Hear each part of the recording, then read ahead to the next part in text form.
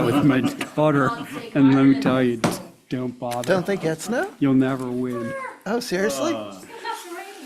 No, I'm trying to picture I am a the niece. leprechaun, if there's snow around that pot of gold. Old man glasses too? Just a Oh, wreck. no. No tea, Might have no to old go man home early. glasses? Okay, let's see, why don't we? Good afternoon, everyone. Welcome to this edition of the Nantucket Historic District Commission. It's January 21st at 4:03-ish. This Who it meeting, is? Abby, I'm sorry. We thought you were babysitting. Sorry, everyone at home, but we have a new grandma. Did you bring baby pictures? No, I was gonna bring a baby. Oh, That'd be too much. All right, this meeting is being audio-video recorded. Anything you say or share will be shown on the town's YouTube channel. Please act accordingly. Anyone want to record the meeting from the crowd? Okay, this is like the inauguration. I'm sure you've all got your tape recorders up and your smartphones. Can I get a motion to approve the agenda? so, Angus, it'll be us sitting here at the table. So regular board members, minus Val plus Connie. All in favor, say aye. Aye. Any opposed? Do we have any recusals on, oh, wait a minute. yeah, do. Is there anything before that? No. There was The something I was recusal gonna would be mention. me. There was two things I was going to mention today, and I don't remember what they were. I'll try and remember before the meeting.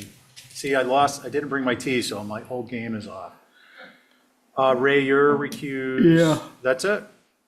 This is Joe speaking. I have one up at number 25. I hear somebody in the Hey, background. Joe, It sounds Joe, like- you're very faint.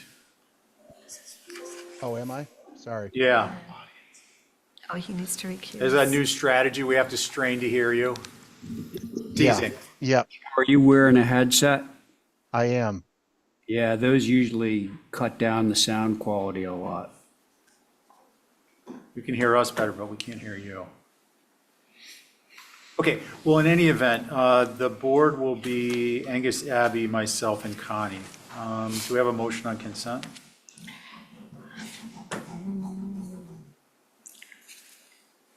Don't everyone jump up. I'm just, Noting, I'm sure you've all Motion to previewed these. approve consents. Okay, all in favor, say aye.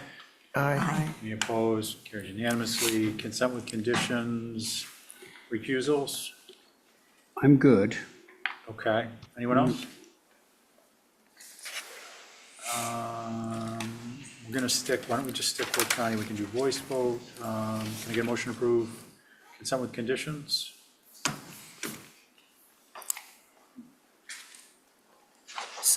so moved. All in favor, say aye. Not here yet. Aye. Aye. Any opposed? Carries.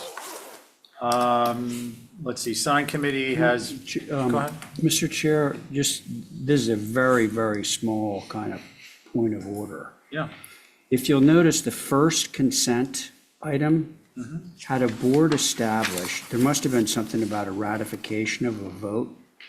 And is that, okay, so, yeah, yourself, obviously. Val's not Connie, here. and Oh, I was wasn't on Joe it. on it? and Joe. Okay, so you did have a quorum. Okay, just want to make sure. Thank you. Consent with conditions is good. Signs, we have a recommendation from the sign advisory committee to approve 2 signs on 11 Washington. Can I get a motion? So moved. Everyone here in Connie, all in favor, say aye. Aye. Okay. Carries unanimously. Now we are on to new business of 12:10. Yep. Who is it? Mira, Samir. Mira. Mira, can you identify what application? How are you? Hello, can you identify the application that you're here to speak on? It's a cutoff. Can you give me 5 minutes and I will speak to you later? Yeah. What? If you could call it in, we'd appreciate it. That way we get a phone number. and then we can always trace it back. No more spammy, Zoomy, stuffy. Okay. Was that a fake faux? I don't know, just it's easier on the phone if they're having computer problems. Let's see, 12 Pond View, it will be, Well, don't even go in there because we're going to continue all three of them so we can come back on old business because we're remastering the plan. So we'll put new plans in for Thursday. All right, loving that. I'm really We are liking racing that. through this list. Racing through. well, then wouldn't we want to open them so they can be old business? We're here. You know what I'm saying? Yeah, because then I can come back on Thursday with old business. Yeah, with and you've new got plans. everyone who's going to be here except for Dale, and if you wanted Okay. to. So we'll open 12 Pond View, 1, 2, and 3. Establish the board is Angus, Abby, myself, Ray, and Joe. And Joe, where's Joe? he's on Zoom. the Zoom, and you as the applicant's agent are requesting to hold those over to Thursday? Well, for old business. Yeah, Yeah. okay. Or Thursday, next Tuesday, sorry. Get that on my head for sure. Oh, somebody's back. Oh, you're here for 12 Pond View? Oh, well, let's hold on a minute then. Well, we're not making any presentation because we're changing the plan. Okay, They're taking out the pickleball just court, I hope. Yeah, through the chair, are you here as an abutter? yeah, okay. concerned about her?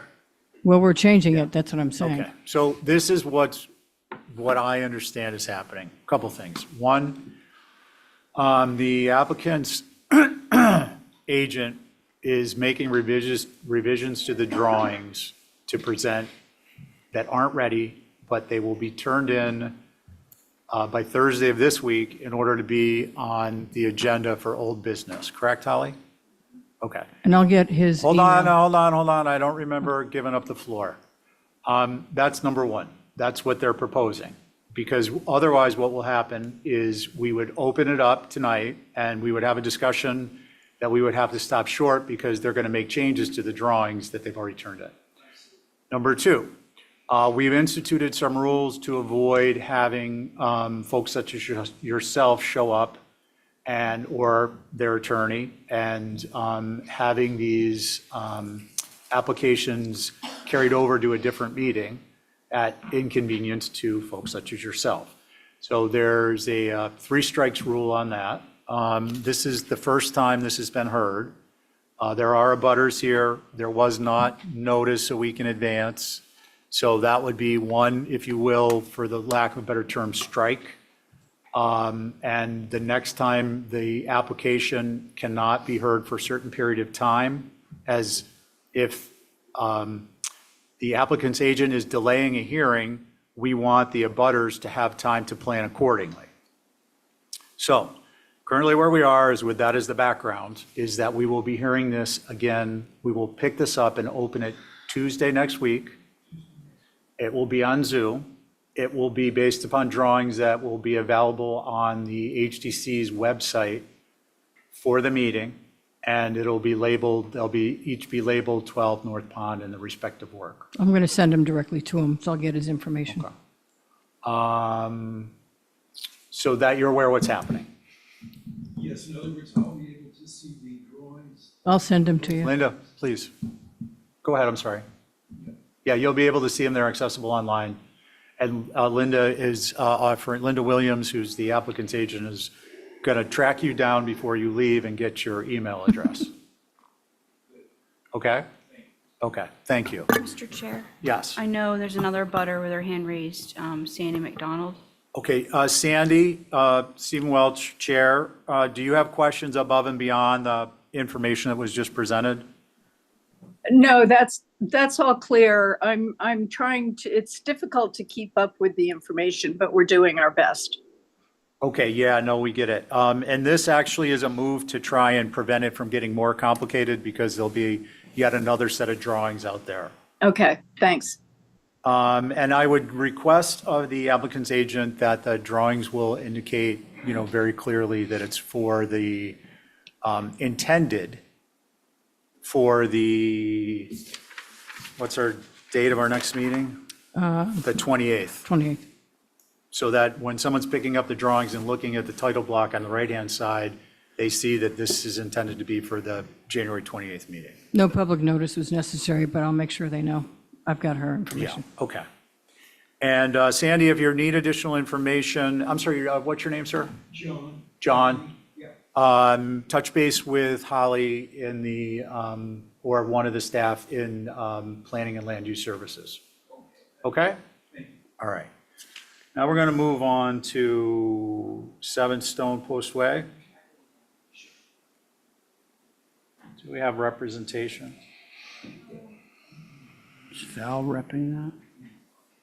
Mr. Chair, this afternoon I did receive an email request from Atlantic requesting to hold this. Okay, are there any abutters in the queue? Not that I'm aware of. Are there any abutters for 7 Pondview in the queue? Or, I'm sorry, 7 Stone Post?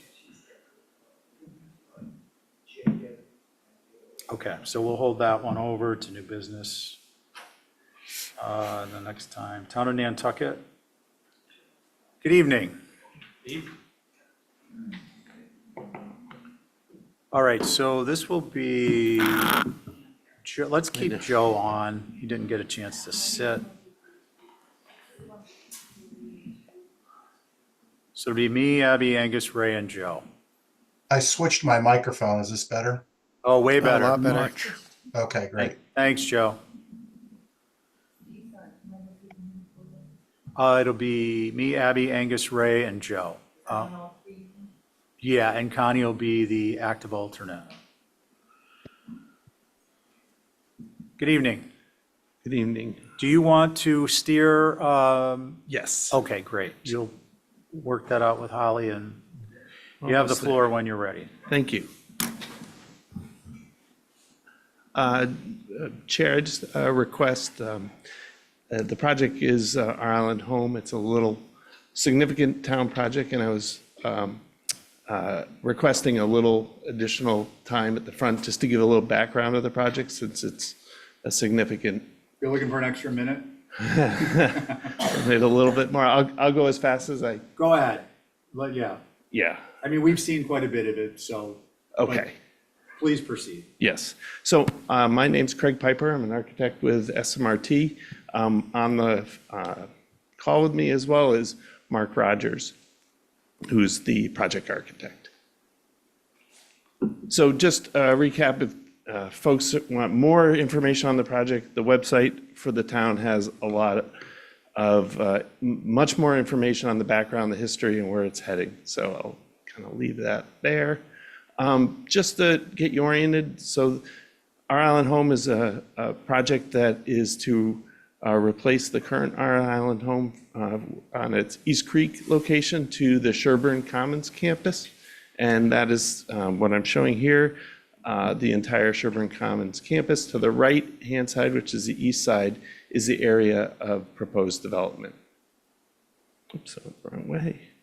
Just zooming in a little closer, you can start to see the main campus of Sherburne Commons, and then there's 2 buildings on the main center. There's an access road to the west side, and then the area that we're focusing on is on the east side, where there's 2 existing Sherburne Commons staff housing, and our development is in this proposed area. There was 3 other submissions that you on consent to move these 2 buildings off site. So there's the existing Sherburne housing. Just to give you orientation, the red lines are the sewer force main, and then the blue is the setbacks for the area. So the relocation of those 2 buildings to the the sewer department. And then back to our development. So this is a high-level view. So those 2 houses that were moved are now being reconstructed as labeled as new development, new Sherburne staff housing, and then the H-shaped building is the new Our Island Home. So there's 2 separate submissions, one for Our Island Home and then the Sherburne housing. Just to get you oriented, so South Shore Road is the top. The forced sewer main runs between the 2 properties. And giving an overview of the two properties, the white buildings to the lower left are existing cottages on the Sherburne campus. The building is, as I said, H-shaped. There's 45 beds, all individual resident rooms, and 3 of the wings are resident wings. The 4th wing is the service, kitchen, dining, living room, and then the center H in the middle is basically the staff support and the connection for the whole nursing facility. Some of the infrastructure, we have a geothermal system. We have a PV array on the inward side of the facility, both on the east and west and the south, but those are inward facing, not from the street view. One of the things I just like to highlight is, this is a hospital. Nursing homes are hospitals, so it's a high degree of complexity in air handling equipment. I would like to compliment the HTC guidelines because the steep roof pitch, a normal facility most likely wouldn't take advantage of this steep roof pitch that are required. So we're including all the mechanical equipment in that area. So all the service for the resident rooms, all the mechanical areas can be serviced at that level, not at the level where the residents are. Just pulling the roof off, you can get a sense of the entire facility. There's flanked, the H shape allows for 2 internal courtyards, which from a senior living elopement is a great design feature for the residents, so they can both go outside but be protected and safe, both from the wind, but they're also well protected in the shoulder seasons. Inward inside the building, the connections allow for residents to do what a lot of seniors like to pace and walk, and gives them loops to walk with no dead ends. It's a real, a very traditional, but also very resident-focused design. Just giving you a snapshot of the overall, so that was the first floor. There's only first floor, and then there's a portion of the building that is the basement, which is only for support services. Going back to our rendering, kind of going through, there's a little delay. The perspective you've already seen, our elevations, which we have been developing, and I believe we included a number of options in the proposal. Originally, these are just one of the ones that we'd like to hear some opinions on. I think I'm going to, this is the staff housing, which is a separate application, but it's sort of on the same site. And then just quickly, some renderings of the site. This is existing facility looking from South Shore Road into the Sherburne Commons Drive. And then we've tried to replicate the perspective of the building. And I'm going fast, but I'm trying to get you a sense of where we're heading. As you can see, as I said, the hospital nursing home requires a lot of air handling. So using that second floor for all mechanical space, there's areas for air intake, and those dormers are just for aesthetics. Going down the South Shore, just another sample. There's one additional curb cut along South Shore, which is a requirement from the fire department to have close access to this end of the facility. And then as we enter further into Sherburne Commons, we're now into the driveway a little further along. We're getting to the service area, which is on the left there. There's a generator on the right. We'll get a little closer. Those are solar panels, yes. Start to see the screening of the generator on the left, and then we'll start to see the service area as we enter further in. We're further into the site. We're now, the entrance basically becomes our island home entrance, and then to the right is the now new entrance to Sherburne Commons. So if you're orienting yourself, we're basically further into the site. You can start to see the drop off for the R Island home on the left there, and then the Sherburne staff housing that's been replaced is the new construction there. Just to get a sense of the Sherburne Commons campus today, this is looking away from our development. The next slide is to look back to the development of the staff housing and then the R Island home behind. Coming back down the driveway, we're now going back into the entrance of our Island home, the main drop-off area. We have a covered drop-off area for resident transfer, the van transfer, all those elements. So that's the overview, just to give you a sense of where we are in the project. It's a town project which requires annual town meeting vote, which I'm sure everyone is aware of, is in May. But one of the aspects right now is we're out to bid to understand the impact of the cost of the project. Any obviously feedback we're looking for is certainly warranted. We'd love to, if there's anything significant, we'd love to capture and get to the bidders, but it's a public bid process, so we certainly have other opportunities to adjust things later, but that's where we are. We did get planning board approval with conditions. We're here for HCC, and our next big push is the Department of Public Health, which we're in good shape with as well. So that was my overview. Actually, one significant piece on the project is I'll stop sharing. The siding of the R Island home. The staff housing is traditional cedar shingles that you would expect. We're not allowed to have cedar shingles on the new nursing home. It's a requirement from Centers for Medicare and Medicaid of not having a non-combustible building, can't have combustible materials on the outside. We are proposing just so you understand that we're recommending, there's a cementitious product called Hardy Panel, which is non-combustible. It has a cedar shake look. I have samples. We are proposing to be a primed field painted installation, so we can work with the group on the specific colors if approved. It's a unique situation.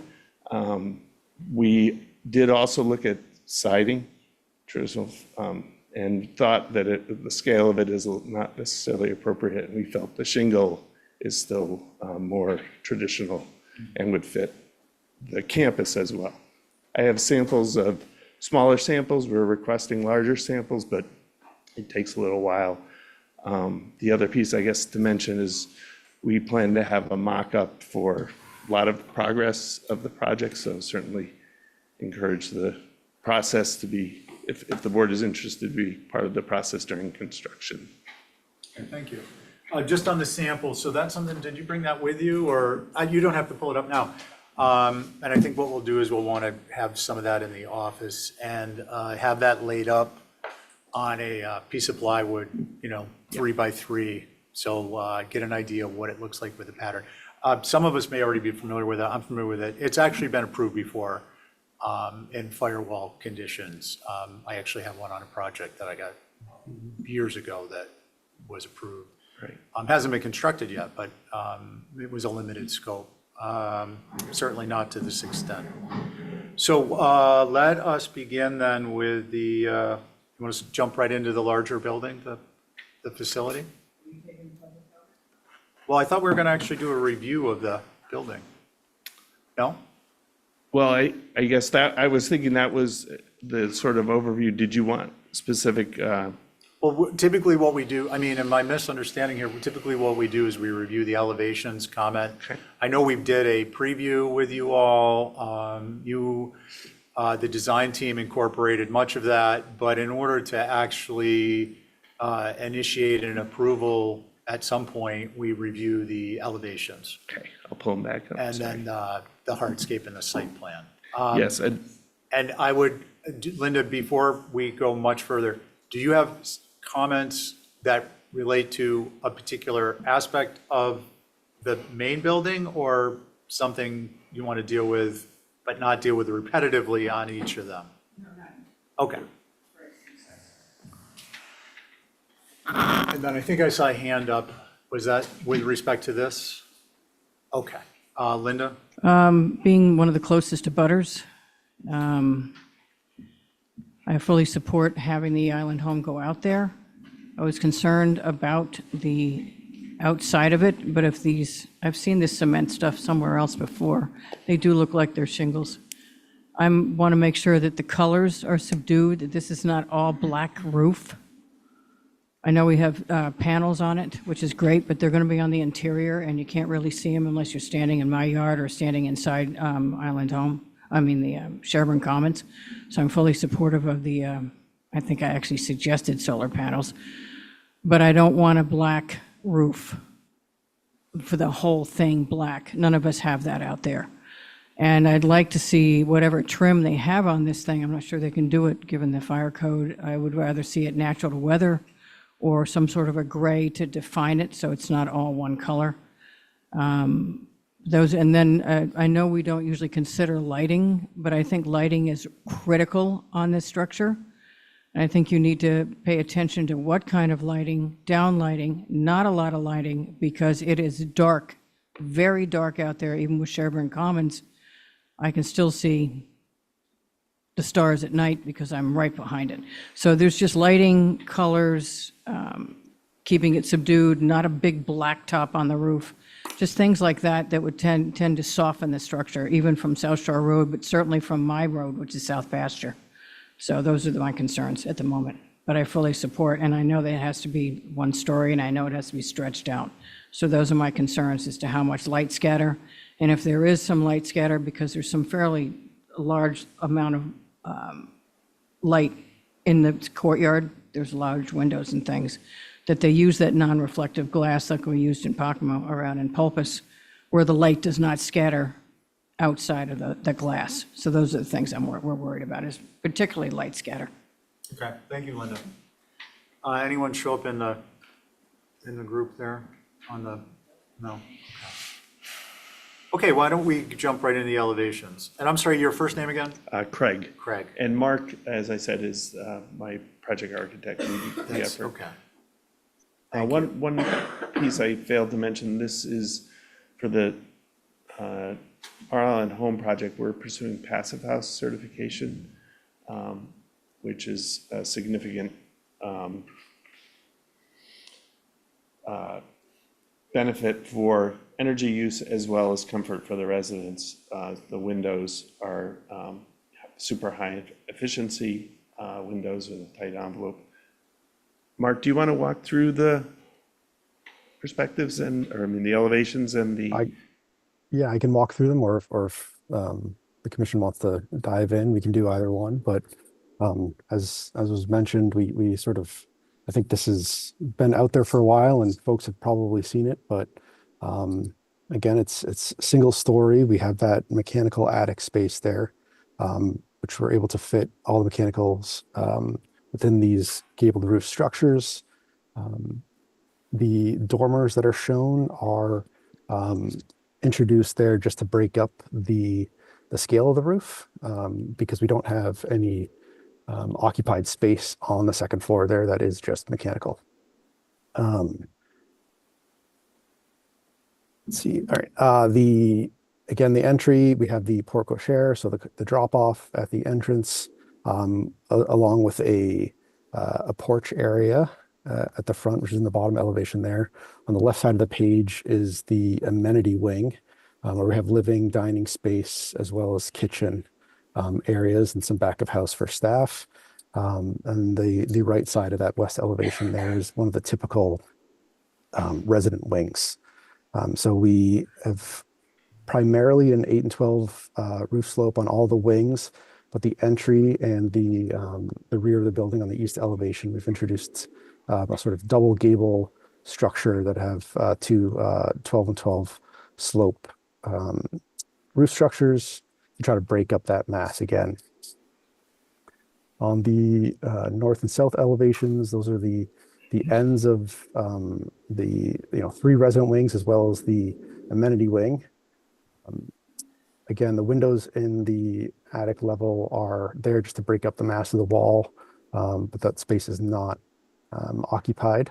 And the louvers for the passive house ventilation and fresh air system that Craig had mentioned earlier are shown there. So we have some of the larger ones on the south elevation and again on the east and west elevation, just to get the separation between the intake and the exhaust. I think had some comments about color a minute ago, and I think that's one thing we would love to have your feedback for is sort of the color of both the field, the shingles, as well as the trim board, and these elevations show a little bit more monochromatic, but the renderings that we've been showing as a separate option sort of for color is showing that trim along the corners and along the rakes and the eaves as a white. The windows are a passive house certified window, so triple paned, tilt and turn.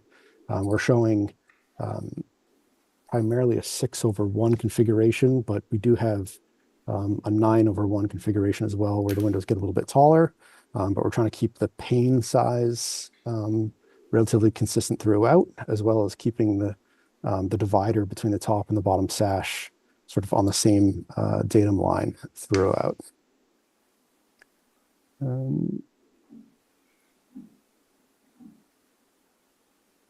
Sounds like you're getting there, Mark. Yeah, I know. I've been too close to this thing for too long, so I don't know what I'm missing. Mark, I think that's probably Yeah. good for Yeah. this structure. Maybe we could. The HCC eats with its eyes, so we're accustomed to quick assessments. So that's helpful information. Let's see, so again, me, Abby, Angus, Ray, and Joe. Connie's an alternate. Who'd like to begin? I can. Ray. So I'm appreciative of the simplicity of this design and the fact that it is one story, single story, but there's a few things about the single story nature that I would like to comment on because I'm not sure it's quite there for me yet. This. You gotta speak into the microphone, we can't hear. What? You can't hear this? Okay, so I have 3 kind of major things. This always happens when we have a building like this that is slab on grade and that you're feeding all the mechanicals from up above. So slab on grade is a problem in that your window heads are starting from a much lower point than they would be if it was framed up in a traditional stick-framed way. So what we have here is massing that seems all right, but when I look at, just want to make sure you can hear me, Linda. Can you hear me? Okay. So putting aside all the interior programmatic stuff, what I'm like, just as an architect, dying to do is raise up all those windows, because look at the amount of space between the sills of the windows and the ground versus the amount of space between the heads of the windows and the eave.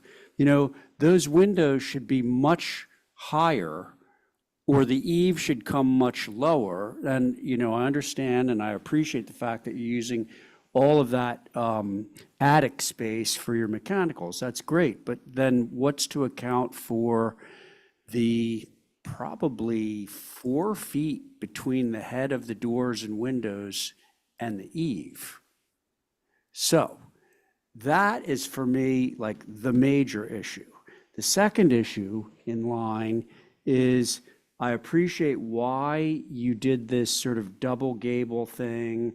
I know there's flat roof space between that double gable, But when I look at this, I'm seeing all of the roof pitches are, with the exception of the dormers, of course, are probably a 9 and 12, maybe 10, but probably 9, except for the 12s. And so the 12s are incongruous.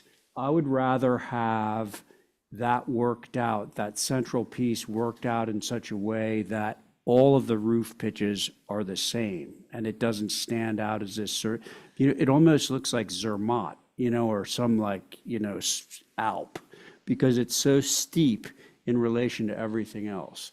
So that's item number 2.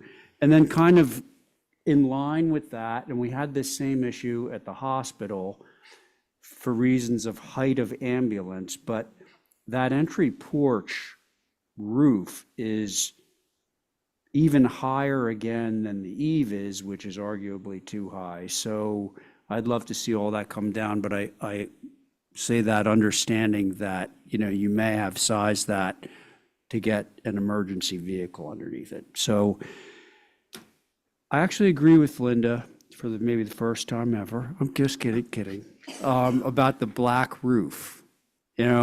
So ordinarily this board is wanting black roofs as a substrate for any kind of solar panels, because solar panels are black and there's less contrast. But I think in this particular case, a black roof would tend to overwhelm the structure.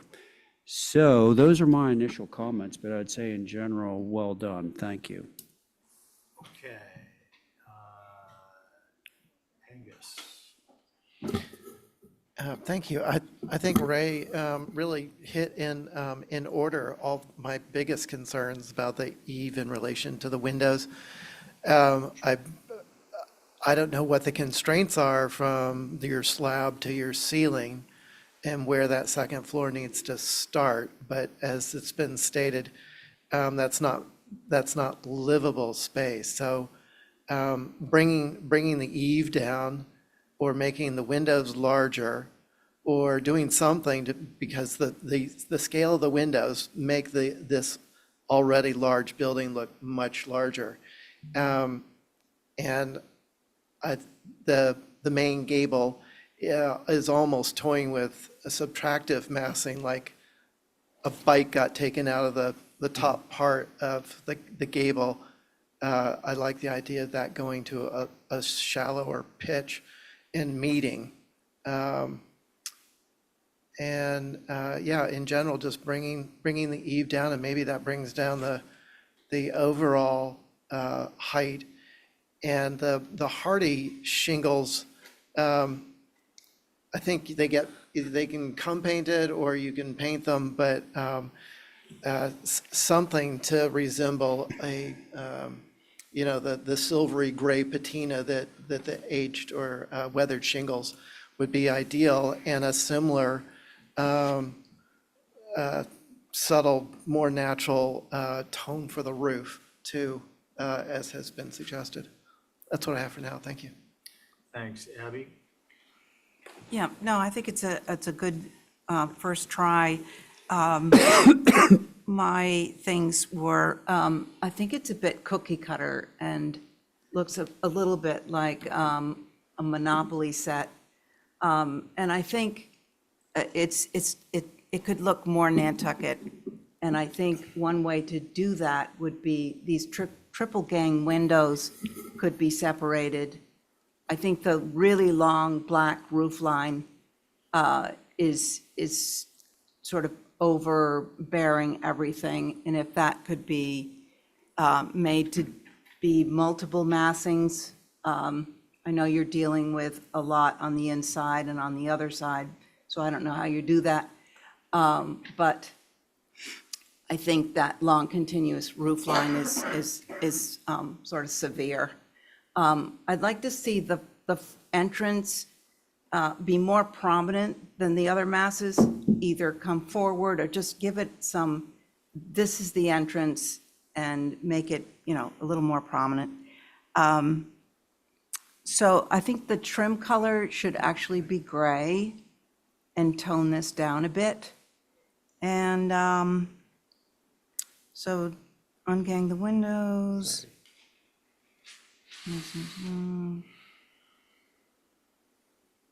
That's about it. That's about it. Thank you. Oh, Joe? Yes, hi, can you everybody hear me okay? Um, a lot of the comments that I was going to make have already been discussed, but if you don't mind scrolling to the elevations again, that would be helpful.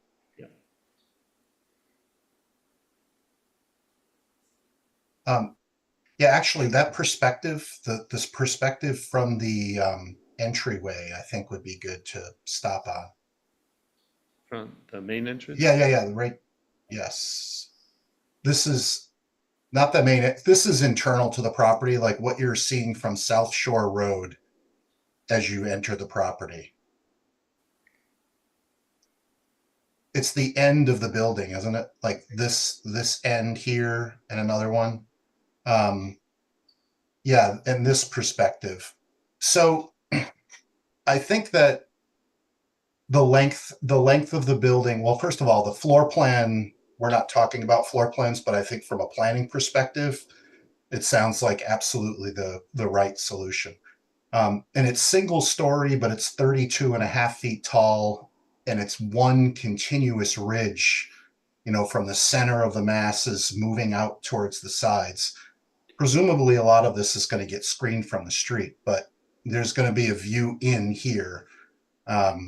So I do think, well, you can stop here for a second. Yeah, I do think that the comment about the center pitches and the other gables matching, one thought I had is that the other gables actually ought to be steeper versus lower, and get rid of all the shed dormers to simplify the roof.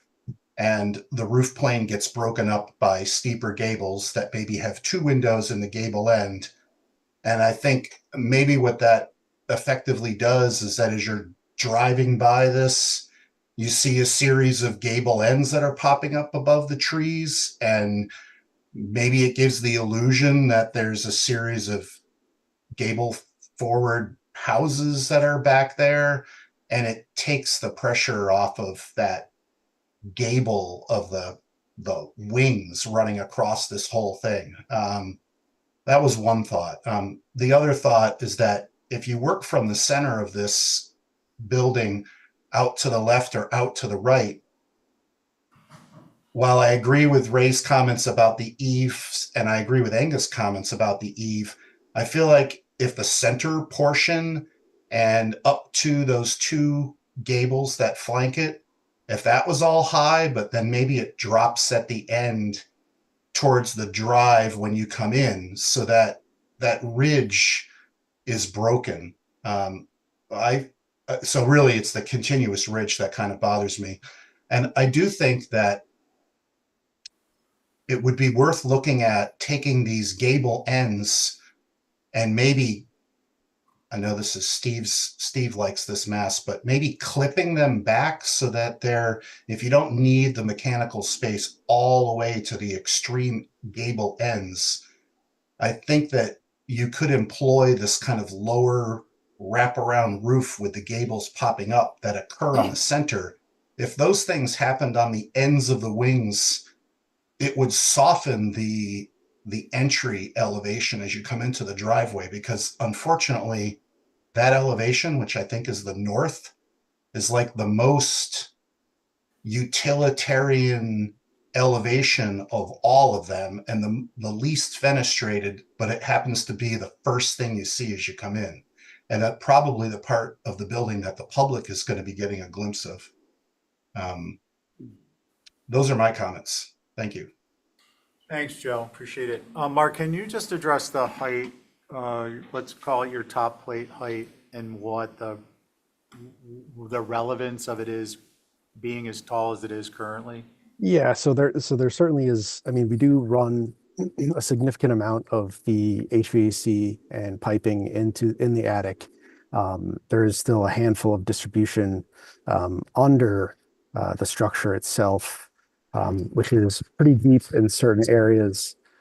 We have certainly some higher ceilings in the amenity spaces, which are reduced a little bit in the resident rooms, which is the shorter triple ganged windows that you see on the east elevation and the right side of the west elevation there. And those ceilings are kept a little bit lower, partially to reduce the load on the HVAC system, just based on the number of air changes that are required for a hospital setting, which is based on the room volume. Okay, thank you. I'm sorry, can I just add one Correct. thing on the sill height of the windows? Residents spend a lot of time in bed. The idea was that the window sills were low, so they could at least have a little bit more ground plane than raising them up. But the comment about potentially going higher certainly can address. Okay, thank you. So I think despite what your initial thoughts may be about our comments, you've done very well with this. I mean, the comments are primarily the perception of scale, how to address it, including fenestration sizes, styles, and of course the front entries and the other important, but this isn't a complete thoughtful redesign or anything like that. I will say too, the vernacular, whether we like it or not, for these types of structures is oversized residential. That's where we are. I mean, when Sparks Ave went in after the schools, the hospital, I think, is the only exception of a large size building, but this follows on there. So I'm not going to fight that. I think I agree with that concept of the east-west entries, roof pitch, potentially a conflict with others. I don't mind the kind of mimic a salt box look. I think what makes it look incongruent is the gable dormers on the east and west forward.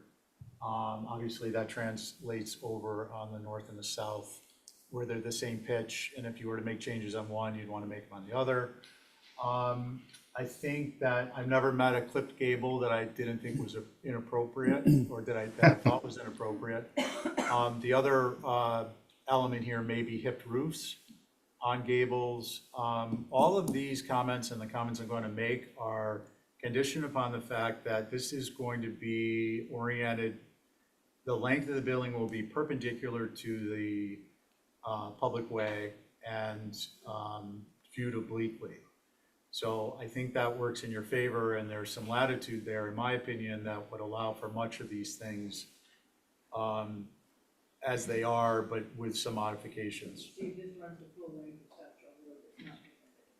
Linda, there's going to be vegetative screening, and we haven't gotten to the vegetative screening requirements. So in my mind, given the fact that unless it's the second story, typically it's not viewable if there is visual screening, vegetative screening, and certainly out there, I would stick with that comment. So couple of quick things here. Pewter nickel is a good roof color. Solar orientation, we saw the imagery. Typically we run those east-west, not north-south, the lengthwise. It makes a difference. To the extent they're seen, if only because we never do it out here that way. So that's one thing. Light scatter, I think, is valid. These windows are smallish. We'll get to that. It's solar panels. Let's talk about window trim, scale, corner board trim, rake boards, window sizes, and then we'll go into eave heights. So I think window sizes, to the extent you can make these larger, the sill heights would perhaps stay where they are, but the heights start to make up some space. Actually, I'd like to focus on the east-west if we could, Craig. For me here, you're looking at, oversized trim, maybe more so than you've already done it on the corner boards. And actually, the corner boards, some of them look like they're oversized. They should be consistent. If I'm missing that in these drawings and you've already done it, ignore those comments. The concept for me is these gable forwards, to the extent any of these are visible, this may be a way to address the height concept, is to drop your top plates, increase your first floor fenestration. If these aren't operable windows, make them multi-light fixture windows. Could be an opportunity so that you're changing the pattern language on focused. If you zoom in and you're looking at the windows, you're going to notice that they're very different. But at this scale, you're seeing, the window sizes would be from here to here to here and across would be very similar. But by changing the construction of the window and the pattern of the windows themselves, I think it visually starts to break that surface up and that presentation up. The other opportunity, can we zoom out a little bit? Whether you do clips, whether you do hips, back on the east-west, please. You're talking about passive house. There may be opportunity here on these gable forwards to introduce some solar, break up the solar gain with appropriately sized and height pent roofs. That may be beneficial, and I don't know what the program is at the facility to have outdoor space. So they're not just ornamental. I mean, they'll serve an energy need. They'll break up this space here, where I think it's obviously much more pronounced, the height difference or the amount of shingle space versus in these areas, especially if you get another foot on these windows. And if you can drop that top plate a little bit. The other thing on the top plate is if you drop the top plate, you can increase the pitch of the roof without increasing the ridge height. So to the extent you can do that, I think that's beneficial. I'm sure there's other things I could say that I'm missing, but I think, don't be afraid to use some 9-inch on center 5/4 by 5/4 lattice. And where you don't plant the lattice, you plant rose covered lattice with climbing hydrangea. Like you can start, I think, those are very Nantucket, how many postcards of the rose covered cottage have been sold?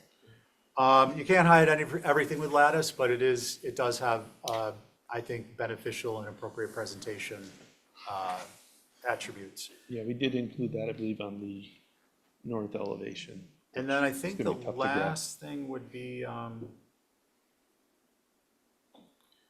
visibility, lattice, steeper top plates. Could we ever do a lightning Wait, round? excuse me one second. I wanted to get a clarification on the, Mark, the window, you mentioned, or maybe Craig, you mentioned window glazing treatments.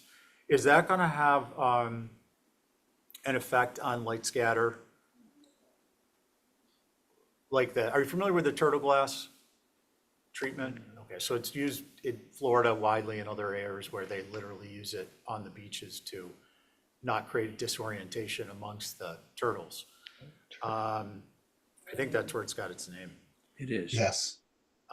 Did we know where Brant Point got its name, by the way? Guy Mr. named Brandt? Brant, The Brant, he was pointing. the Brant waterfowl that used to gather there, I think is what it was. Which doesn't come around these parts much more. You got to spend extra for that hunting license. Anyways, I think that, you got a lot of information there, and with, I think staying within your program, there's definitely some room to work. Do you have questions for us? I have just, I guess, a couple. The ability to add sort of structures to the windows for screening, your last comment, Chairman.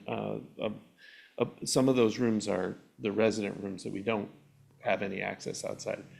We do have one wing where we do have the living room and the dining that potentially could have that feature, but there wouldn't be a need on the resident wings to have more shading.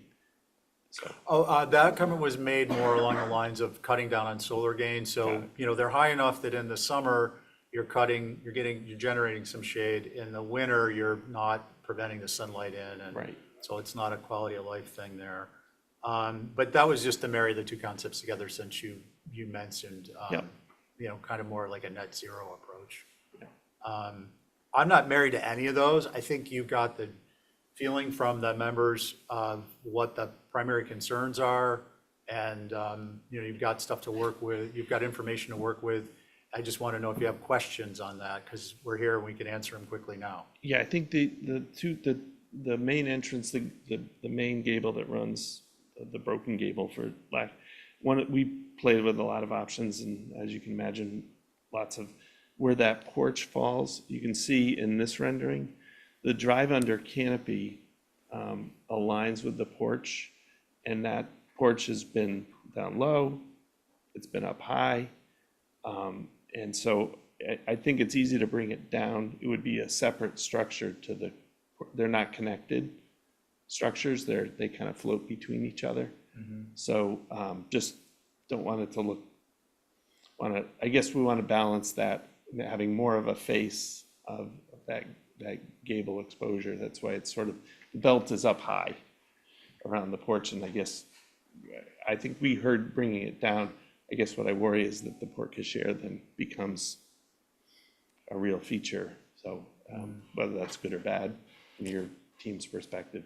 I'd say give it a couple, maybe play with it, give us an option or two, and the concept of dropping it down, I don't want to speak for anyone else, but I think if the whole structure, the top plate were lowered a foot, and you increased your pitch, and then you lowered this so it's below the eave, both of these in tandem, you'd probably be in a much better position. That's all. Okay. Mark, did you have anything before we go to the next? Mark, any questions? No, I don't think I have anything specific. Just my mind is running with things that we'll be looking at over the next couple days. Okay. And I keep seeing Mr. McDonald's hand come up. Can we see what he's got, if he's got a comment on this? Hello? John? He unmuted and I muted again. John McDonald? No. Okay, let's move on. Before we get off of this one, could I? Yeah. I just had a question and a comment. The question is, how much range is there with the height of the porte cochere and the general eave around the structure? I mean, are we talking like there's room for 3 feet or 1 foot or no feet as far as dropping overall heights? That is as minimum to have a fire truck drive underneath. Thank you. That's the porte cochere. That's not The porch Yeah. is separate and can come down, or what we're showing the porch. Thank you. Does that make sense? And the comment was just with the dormers, if there are going to be dormers, just the guidelines are keeping a minimal of shingle area. So a lot of people make them larger to claim space for rooms, but you don't need that. So it really is just about a window almost. Right. I mean, we looked at no dormers. They're reminiscent of the Stop and Shop. Right. I know I haven't heard a lot on that one, but yeah, if there's concerns, reflect on it. I'm sorry. I Benefit haven't or- heard a lot of comments on dormer concerns. Right. So I'm just saying, if, go through and listen, and I may have missed it in all the other discussion we had. So I want you to be observant of what the consensus is, because that's probably a good place to start as a matter of practice. And it'll facilitate us moving through the review process. Okay, next item. So it'd be the Sherburne housing component. Yep. So I'll just jump to the And elevations. then Craig, just a forecast for our timing and people next up. I think we're going to ask to track the hardscape. Oh, sure. So we'll just Yep. pick that up at the next review. Absolutely. Please begin when you're ready. So, Mark, do you want to take this? Sure. Sorry about that. Just lost my mouse for a second. So as Craig already mentioned, so this is to replace the 2 existing duplex structures that are on site that'll be moving down to the water treatment facility. And this is, excuse me, a modular construction, 3 units of staff housing. And we are providing for these. These don't fall under the same restrictions for the Our Island Home facility. So we are proposing natural cedar siding on this one, as well as trim. I would say that we're going with a similar look in terms of the windows because of the proximity to the Our Island Home facility. So that 6/1 configuration. A lot of the second floor windows that you see are bedrooms. And along the first floor, we have, some bedrooms on the back side of the building on that south elevation. As well, the entry is a sort of covered porch area that runs across all 3 units, with a small porch and a ramp there as well, because we do need to provide accessibility for one of these units. And we have showing these gable extensions on sort of each corner, and a flat roof sort of connecting the ridge lines on top of the structure. And again, we've gone with a similar palette for the roofing, which I think if it's, obviously this isn't the same mass as Our Island Home, but we could certainly look at going with a different color up there as needed. Okay. Ray? We'll entertain public comment.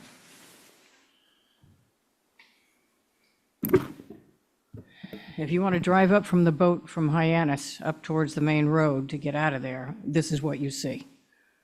There are plenty of opportunities to design these structures so they look like dwellings that would be in the Badlands. This has no tracking to the main building in Sherburne, which I had a lot to do with, or the cottages. It has no tracking to the nice building that he's building for the Island Home. These are monolithic. Ridges are unbroken, too long. Windows are inappropriate, 2/2s. I believe that's what's over there. I can't quite see it. The windows are too wide on the other one. I mean, this is just. 6/1s. The one on the left is 6/1s. What about the one on the right? 6/1s. Okay. It's totally inappropriate.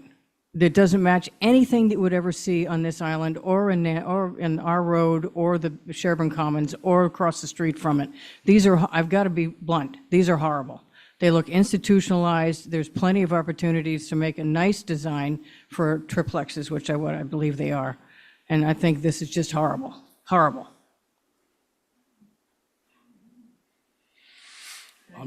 I'm ready. Did you leave anything on the floor? I don't, Okay, but they Ray. sure as hell should be white, if that's what they are. Ray? I'll talk to Linda afterwards about her real feelings about this building. Now, so Linda, you were saying buildings, but there's just one, right? There's just one, right? It's just one. Okay, The previous were 2 buildings, 2 duplexes. It's now 1 building yeah. as a triplex. Okay, well, so again, I share Linda's concern here. I mean, this is literally in every sense of the word, a box. What, if we're gonna stay on this, and not, I'd love to hear what the other members have to say about this. We got our usual modular box, or not modular, modular box issues where our second floor windows are not engaged with the eave. These first floor windows, are actually high off the ground, which I appreciate. But in terms of like the overall, it's really an unrelenting box where you've got these hints at gables, but they're all flush because it's basically a rectangular plan. And I think that if we're going to work with this design, at a minimum, what we would need to do is take the gables and extrude them out, by several feet in each direction so that we have an articulation of the gable. And then when we do that, we would have to take care of things like this gable right here has 2 different eaves. It has a high eave on the left and a low eave on the right.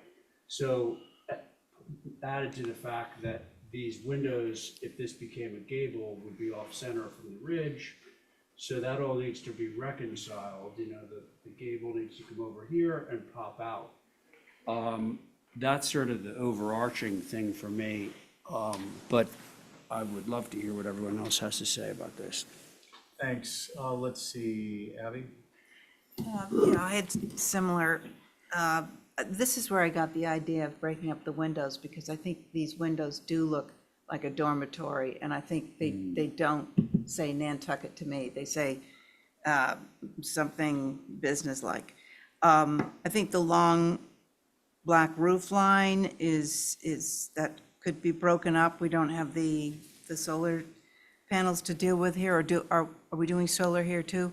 No. No, so break up that roof line, add some features that you have in the main building. This doesn't look like it relates back to that building. And I think my biggest thing was to ungang some of the windows and sort of get some interesting details going. Thank you. Thank you, Angus. I agree with what's been said as far as breaking up the box mass. We generally discourage subtractive massing.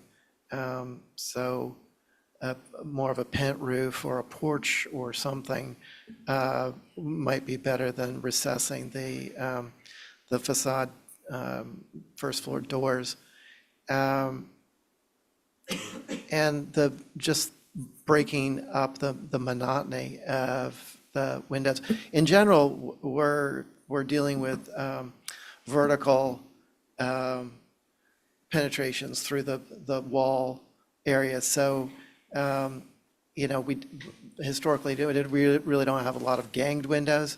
This sort of caught my eye in the last application where a lot of these read as a horizontal openings as opposed to vertical openings.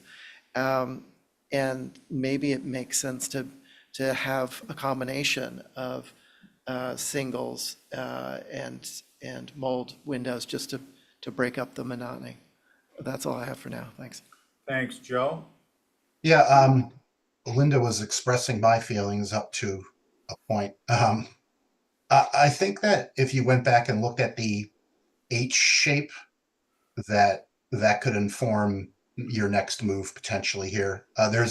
There are many examples of H shape residences that are essentially a box that's been cloaked with two gables with a connecting gable between them. And I think that there'd be opportunities in that potentially to try to maintain your floor plan, but to work with your second floor eave heights and so forth. And I agree with all the other comments regarding the proliferation of the ganged windows.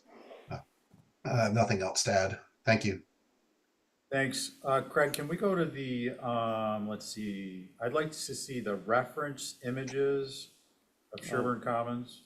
Sorry, I don't have that in what I'm sharing. Sorry Okay. about that. Can we pull up the application from our website? And it's, let's see, sheet 1, 2, second sheet.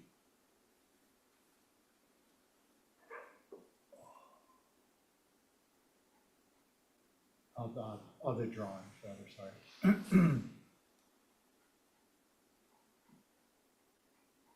Oh.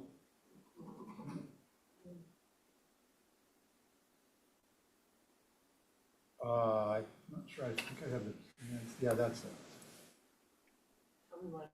This set here, let's stop for a moment here. I gotta say, this informs the entryway on the east-west, and I think with respect to the prior application, and with respect to changing the top plates by dropping the top plates and increasing your roof pitches to better conform to your front entry, you know, there's definitely a vocabulary that's shared with the Sherburne Commons building. The entryway. And can we go to the lower left image and zoom in on that? Yeah, that one. Yeah, and then center that. I'm not actually going to say anything. I just want y'all to see that. Can we zoom out? Thanks a lot. And also the fenestration, by the way. Yeah. Which, by the way, you know, you might be successful with changing your program from, on the prior application, from a same size sash to, you know, a 9/6 or a, you know, maybe the opposite of that, because that's not really traditional here to have a smaller one on the top. Shake it up a Okay, little. so that was just something I wanted to get off my chest. Can we go to the, let's see, the site, no, scroll down a few sheets to, yeah, this one with isometric, this drawing. And just, for me, I agree with a lot of what was said, but this demonstrates to me how, with, I think, some relatively minor changes, you've accomplished to hide a third of a building that is needed for housing in a way that hasn't been done to date. Subject to other changes, it could be very successful. Can we go to the next slide and then the next one? And the bottom one, can we zoom in on this? So Craig, this is the back of the site, correct? Correct, yes. Okay, we just wanted to make sure. So it's on the back of the site. I presume that the plant material is this vegetative border between the existing Sherburne Commons is something that's going to be a requirement on their part? Correct. Combination of trying to leave as many as well as add Okay. to help Okay, screen just between wanted to the get two. clarification. Okay. Yep. So with this view in mind, can we please go to the elevations, which are 2 sheets up?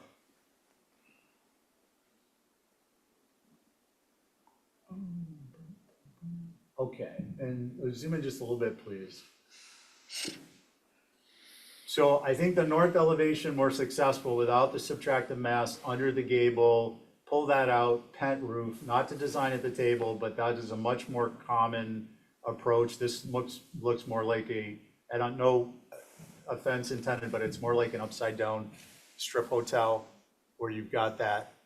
So that automatically begins to change the nature of it. And depending on the orientation of parking and whatnot, you might have the porch pulled out and there's a cubicle underneath it and the doors on the side. And it kind of gets away from the triplex, which also is not a very common presentation. For me, the idea here is structural moles on the first floor. It makes sense with the fenestration that it's holding up, you know, function follows form follows function. Acts the double post, it's not something we're accustomed to. And maybe consider simplifying by dropping the,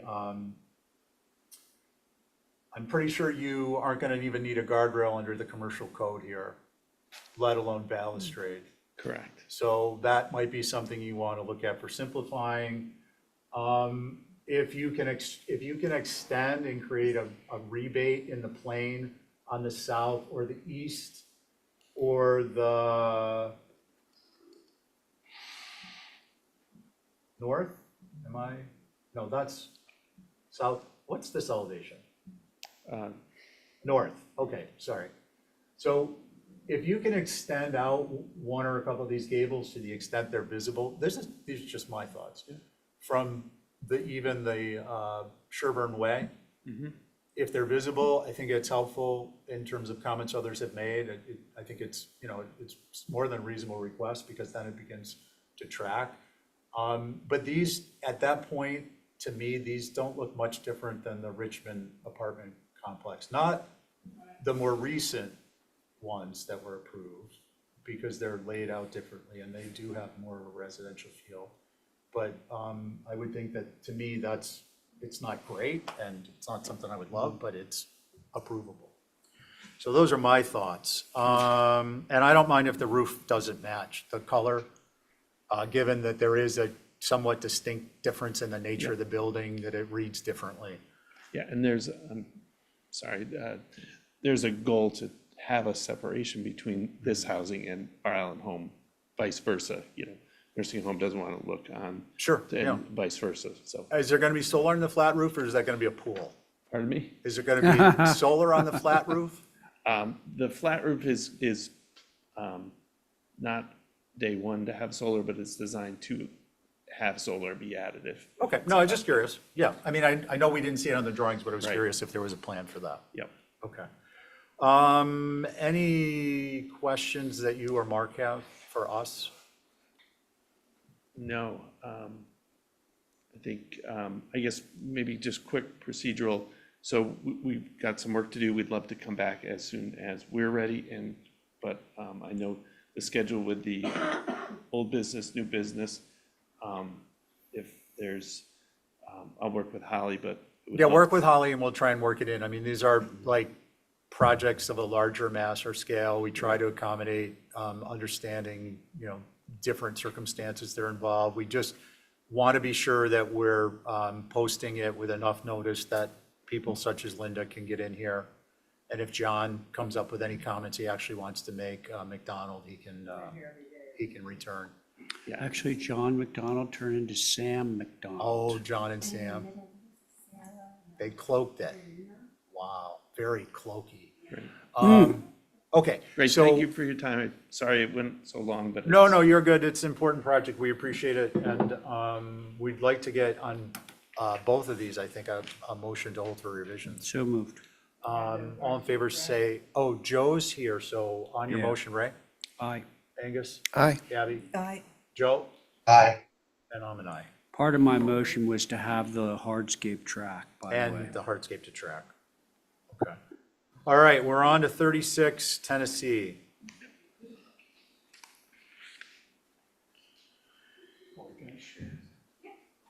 Hi, Matt. So your board is going to be me, Abby, Angus, Ray, and Connie.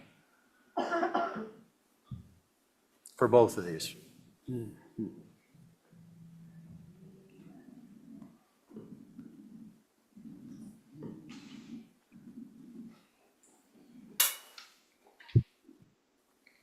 Just waiting to join.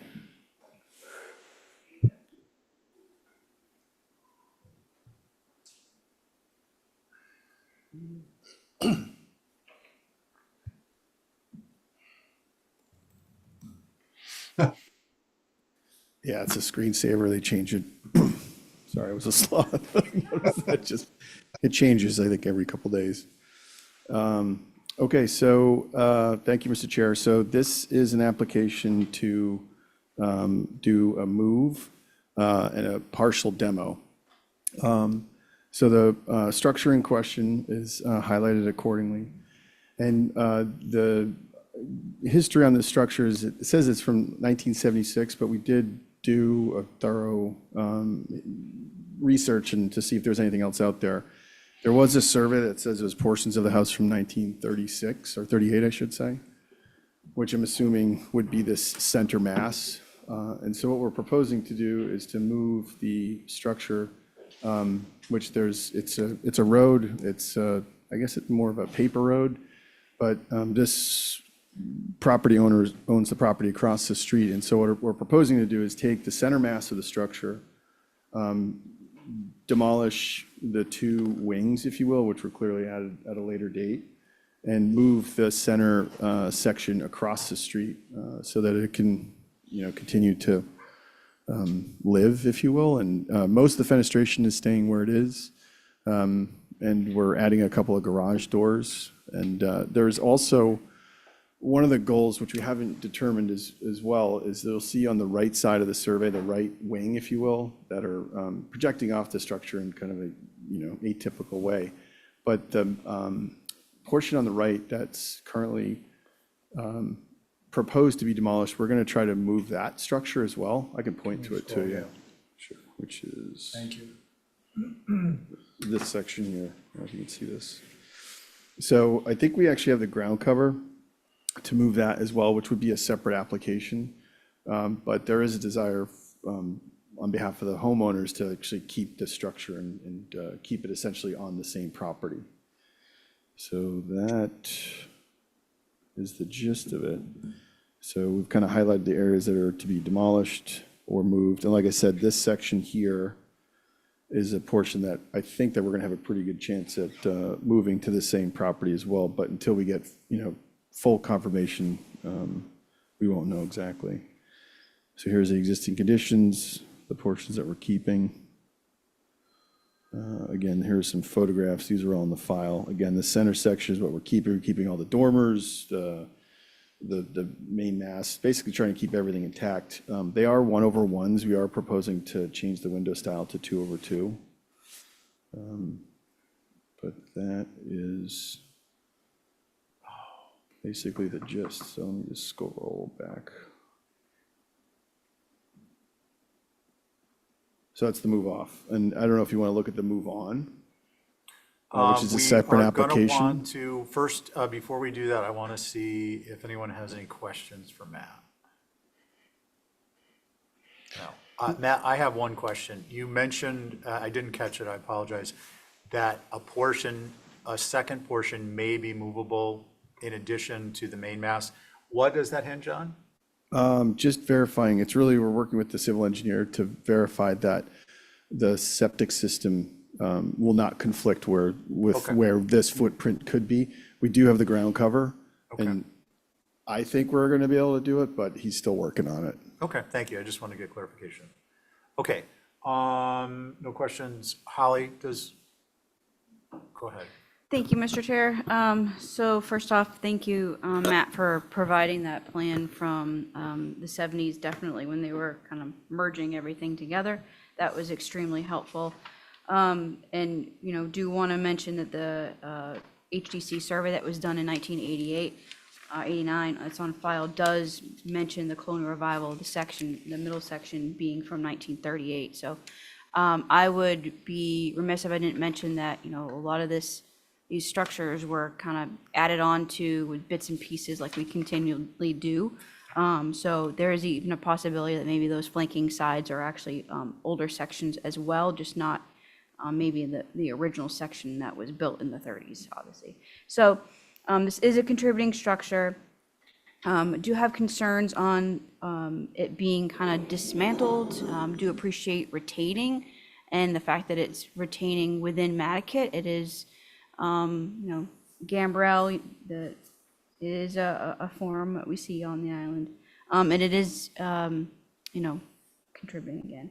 So I was just curious on what the framing would look like on the other side to really justify the age on that.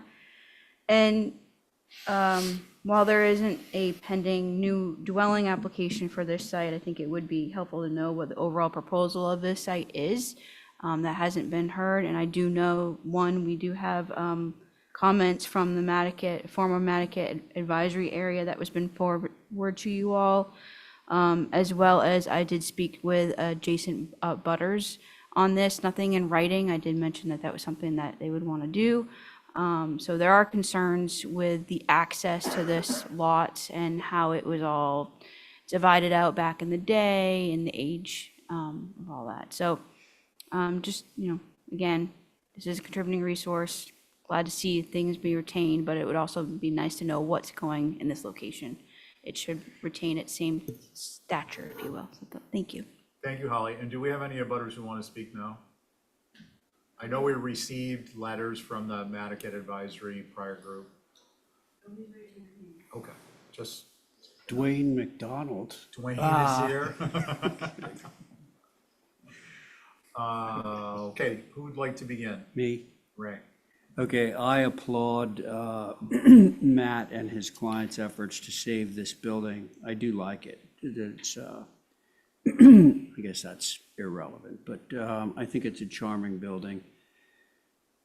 And as for what's replacing it, I think that we've been down this road so many times. Maybe it's nothing, maybe it's just a big yard. But if it isn't, we're going to get to see it. So I think that retaining the building, moving it literally across to the next lot, I think is all very appropriate. That's all I have to say. Oh, and I will only also mention that, of course, we will need to see on the next application what your plans are for the sides where you're stripping off the stuff. But I think you have that, right?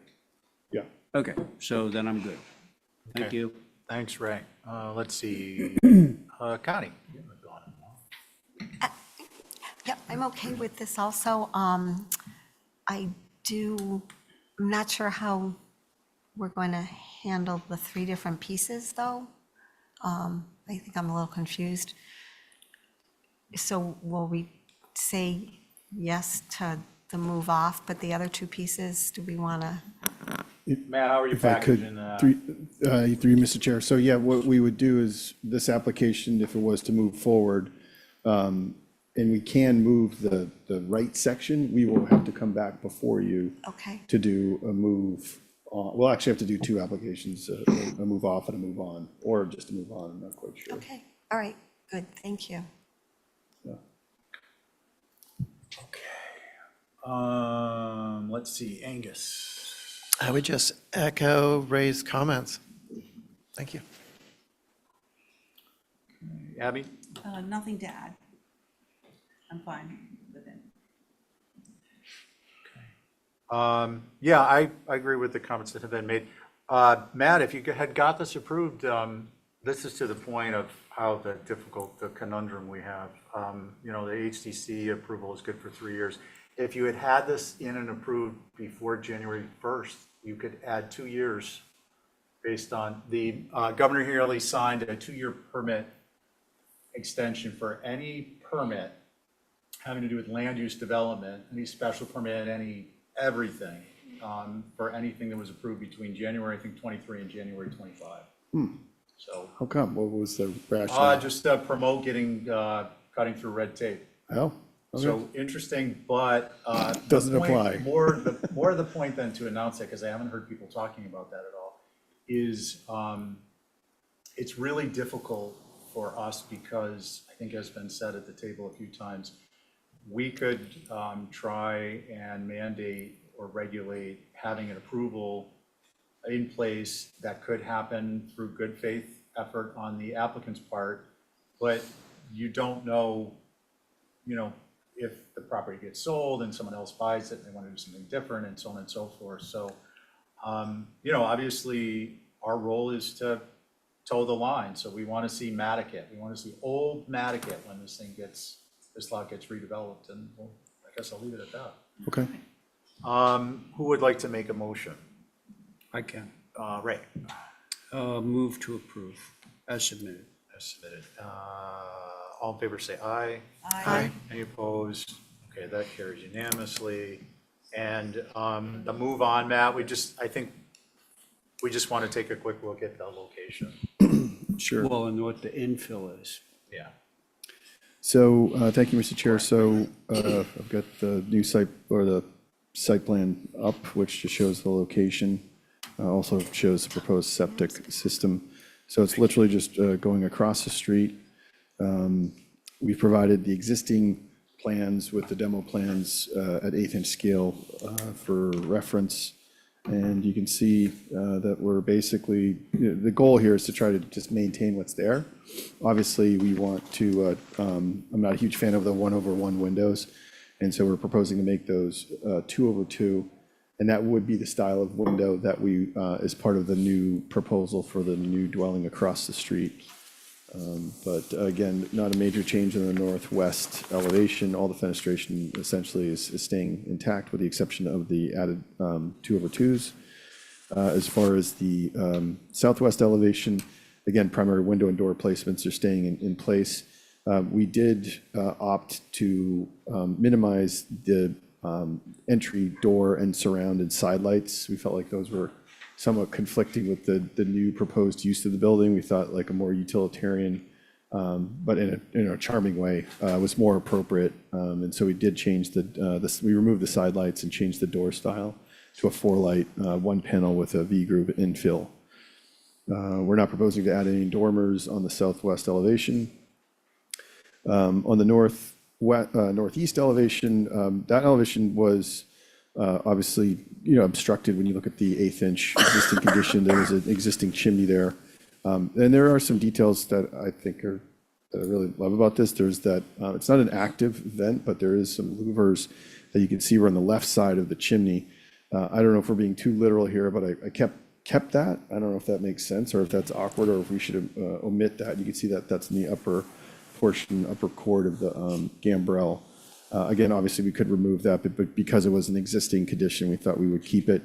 We did add another window on the other side where the chimney was, and then we have these carriage doors with glass in them, which I'm a big fan of. We did debate whether or not we should try to put some kind of pent roof over this elevation. It gets a little tricky because the roof pitch of the gambrel, but if that's something if you would want us to look at, we certainly could. Beyond that, on the southwest elevation, again, same thing.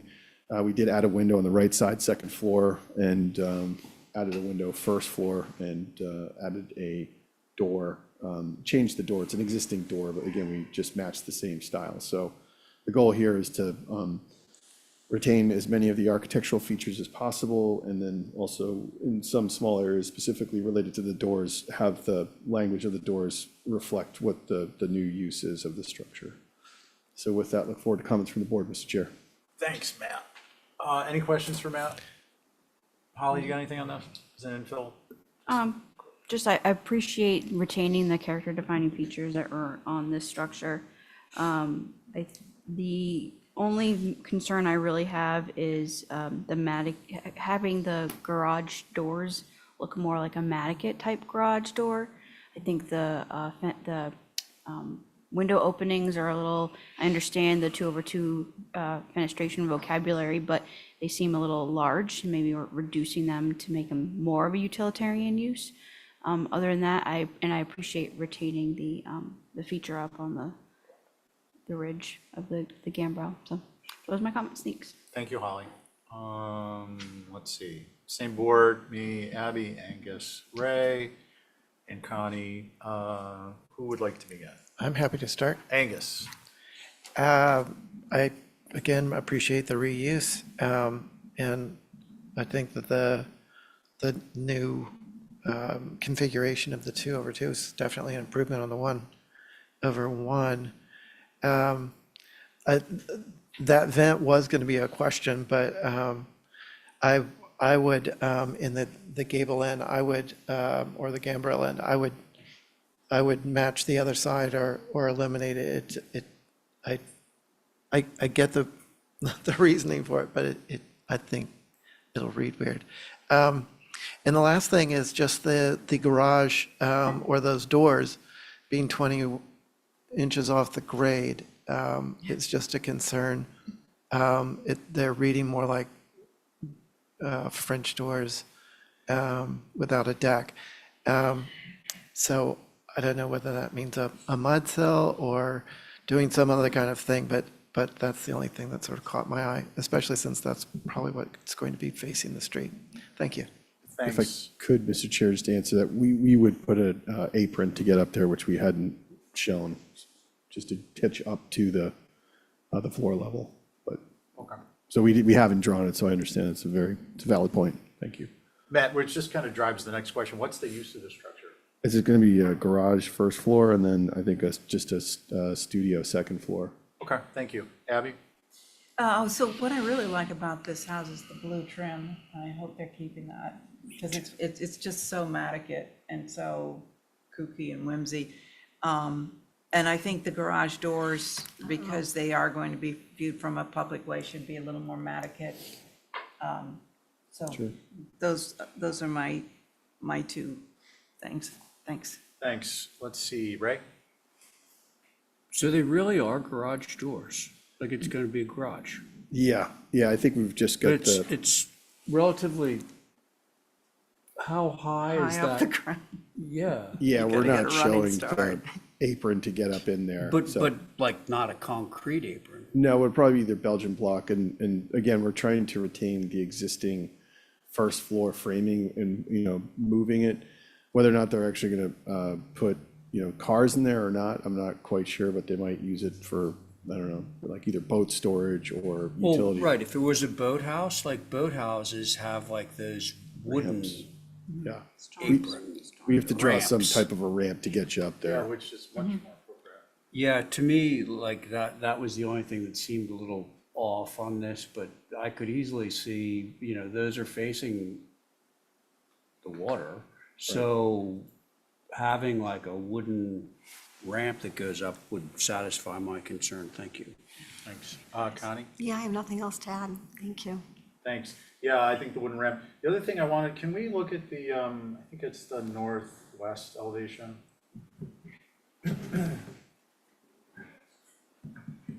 First of all, I appreciate that change to the 4/4. That picture window, though, is so atypical with that configuration. I would ask to dive a little deeper and go true Nantucket and make that a big, huge double hung window. And it just funky, quirky, for me, it seems more appropriate than having a 4 light picture window. Six. Good? Six. Six light. Oh, 6, sorry, yeah. Change So it a to 3/3, just to change it to a double. I think we hung could do window. that. We're going to replace the sashes anyway, so yeah. Exactly the Yeah. proportions it's in, Yeah, just yeah. a big double hung window. Kind of That's cool. my own personal thoughts. Otherwise, again, the wood apron, I think, is a good solution. What would we like to do? So, we're okay with doing the 3/3? Yeah. Okay, so then my motion would be to approve, with Exhibit A, I suppose we could call it, where we're showing a ramp to get up to the garage doors, the boathouse doors, and changing the picture unit on what elevation would that be? Northwest. Northwest elevation to a wide 3/3 double hung. Can we retain the blue? And the blues, that's part of the Well, color, I right? assumed that was staying. I don't think that we were planning to keep that color. I have to check the application. Wah, wah, wah. Matt, that was a very serious reply. You should see his face. It's something I can certainly bring back to the client. But I think Preference is our, noted. yeah, our application, I think, is gray. Are you color specific? It could Well, be a blue I'm gray. actually okay with gray, but I love that blue. Yeah. We could make the doors blue. Why don't you make a quick final pitch so we can wrap Yeah, this I'd up? love to do gray sash, I'm sorry, gray trim, gray sash, blue door if that's possible. Okay, that can be part of my motion. Okay. The same blue that exists on the building now. On just the front door? I'd say all the doors. Okay, Yeah, yeah, okay, cool. That'll be great. Ray, that's your motion? yes. Excellent. On your motion? Aye. Connie? Aye. Angus? Aye. Abby? Aye. And I'm an aye. That carries unanimously. Thank you very much. And that is going to take us to our 11-minute break. If Sam wants to have his dad, so we get old McDonald's to put his hand up, that might be good. There's one in every crowd, isn't there? Yeah. So what happened about the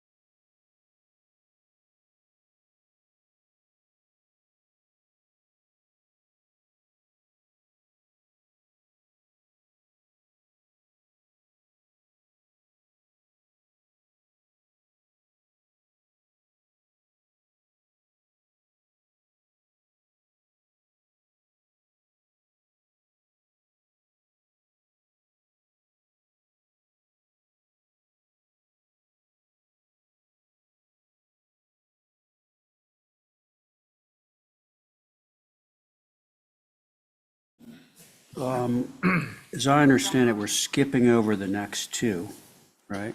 We're Let skipping me- over Golden Pond and Duke's Road. Well, what, we were gonna do it, but we decided to take a break instead. Yes, we decided,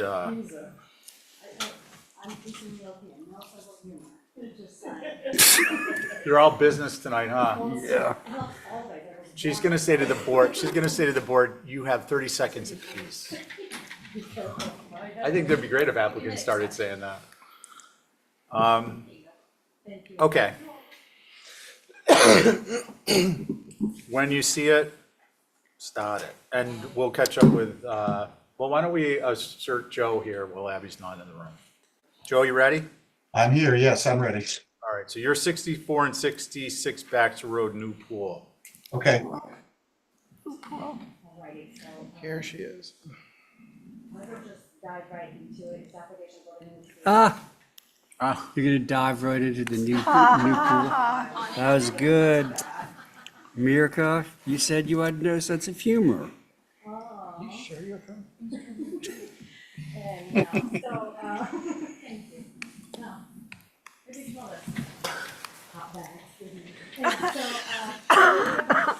We're splashing around and get to the point. Yeah. All right, so just, I do all structures were approved. It was the interview workshop, so all the structures, the main house, guest house with the garage, all approved. So you might be a little bit familiar with the site plan itself, this parking courtyard with the driveway coming in. Part of the application is for the pool, which is literally located in the farthest end. We have a wetland setbacks, so it's where we could really locate it, being outside of the 50. It's stuck there. There is minimum visibility. This is undeveloped lot, quite family home. So the application is for the small pool. It's 12 by, I believe, so it's 12 by 38. 24 in back, with a deck and grade with a few roofs on patios, and in a 15 and the yard is few more boardwalks and grade as a connectors, few pavers, nice little pave for the sunset arrival, and I believe so we have a shell of Keystone driveway. Example of the material would be right there. And I think, It's on the screen. Okay. Who'd like to go? I have a question. Did we have anything from Scott's on this? Hold on one sec. Questions first. Angus. So I'm seeing main house not part of the submission. I missed that. Was that already approved? yes. Okay, thank you. That's all. And I just wanted to just quickly just remind, this lot, you might remember, it was a tennis court before. So, if you look at this, the pool would be really located in this courtyard. Okay. And it's quieter than a pickleball court. Yeah. Holly? Thank you, Mr. Chair. My only, well, first of all, the infill dwelling you all reviewed at the end of last year. So, of course, having a note on there of saying previously approved or something to that and would probably be helpful. But yeah, it makes sense. But overall, that was my concern about the lack of visibility with the buildings. But obviously, they're gonna be screened, and I would just recommend putting your typical caveat on it. Thank you. Got it. Thank you. Okay, who'd like to begin? Me, Abby, Angus, Ray, and Joe. Can I just ask one question? Ray. Mirka, Of course. on the site plan, just below and to the right of the pool, it says way. And we all know that there's these ways, at least on the other side of the street, that cut through. Is that a way, or has it been yard saled? It's right, to be honest, I believe it was yard sale, but I would have to confirm. Right now, it's part of, it's undeveloped. So it's on as a paper road, but I don't have a correct answer. I would have to confirm. If I may, Mr. Chair, thank you. I want to say this is where the access is going to come through for potential, the Baxter Road relocation planning down the road when it comes to our coastal resiliency plan. And that's something that, it's to prior planning. And that is something that's been going through with the Natural Resources Yeah, Department. that's my So, recollection too. so I would, I mean, that's something that I know the Sconset Trust and the golf course, Stanky Golf Course, have been working on with the coastal resiliency. So I want to say it goes in around that area, but you can double check with them. Works. Sorry. Thank you. Certainly in Thank the you. general area, whether it's that one or not. Okay, so duly noted, but that's a concern. And the question is, Ray, do you want to go and reflect on how that may or may not affect your thoughts? Well, gosh, if in fact, although I'm looking at the wetland, the likelihood of that becoming like a traveled way This as is, an alternative to, for the erosion reasons, then the pool would be like immediately adjacent to the road. But it also looks like the way only extends as far as that little bump. And then that's what it's I wanted, private yeah. property again, so And I this is land can't see bank. that anybody's gonna really be going Yeah. anywhere unless there's some sort of a taking. Anyway, I'm not gonna get bogged down in that. I think I don't think, I know I'm okay with this with our proviso. and if I may just say, this is, same family owns both lots. This Yeah. adjacent lot is owned by the family members, like parents. So Okay, thanks. Let's see, Abby. I I think Joe Paul was on it. Oh, Oh, I think Joe Paul was put in place because Abby wasn't here. And no, actually, I misspoke because we're Okay. short a member. So Joe's sitting on it and Abby's next. I'm sorry. Okay, And then Joe. all right, I was okay with this until this came up with the setback.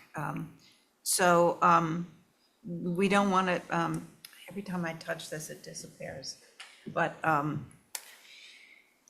just to be on the safe side, couldn't we move it in a couple of feet? It looks like there's plenty of room. Oh, I have a wetland setback. This is as far as I can go with this. Yeah, let's This is just a hear what 50 other people feet have to say. line. I think it should Okay. be probably Joe? moved in. Okay, thanks, Abby. I think that if we have our language about lack of visibility and perpetuity, that we're covered and any hypothetical development of a way. So I'm fine with it as is. Thanks, Joe. Angus. I as well didn't have a concern just because of the distance and obstruction with the building that's already been approved. But as I'm looking at the screen, I'm seeing this way and then there's a jog. And if,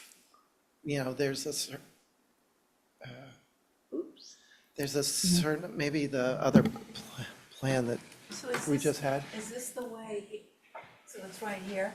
That, right now, this refers, yeah. Can we as take for- a 2-minute, Holly, can you pull up the town's map geo, click on the conservation theme layer, and let's see where the wetland thing is. I don't think this is actually the area I was thinking, and I think that wetland extends much further into the adjacent property away from Baxter Road, and if, not to interrupt you, Angus, but it's relevant to the concerns you're voicing and others have. I'm pretty sure that wetland extends significantly into that large lot. So that way probably wouldn't even be usable. Yeah, it's the wetland lines Yeah, are this plus. is all wet. Yeah. This is all wetland here. Yeah. Can you go to the map geo and do the layer themes and conservation?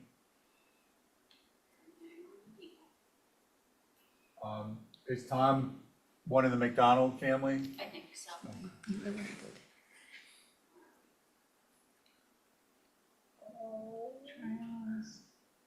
No, up. Natural resources? Any of the wetlands, I think. Yeah, The top. that.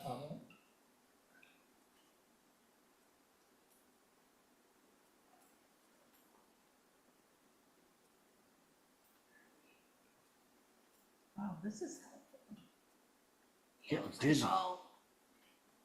Hang on. Yeah, click another wetland, I guess. Where is it? I think it's before the break point. What number are you? It's 64, 64, 66. It's further down. Yeah, that's it. Yeah, that's the wetland area. Come on a little bit. I don't think they'll be. And then can you go to theme again and just hit the map, first one?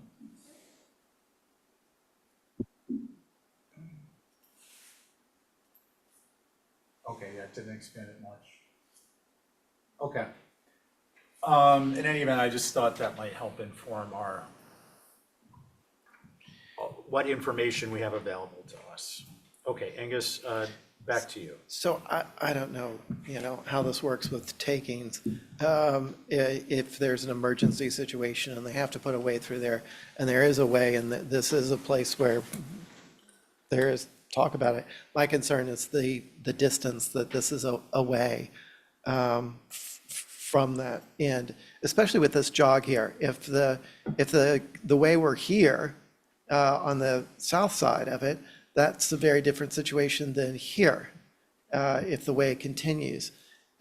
So I don't know whether, the town would do a causeway or some kind of thing, but my concern is the close proximity. So I don't know if I'm fine with it if there isn't a way going through there, but I wonder if we could put a caveat in there that it would have to move if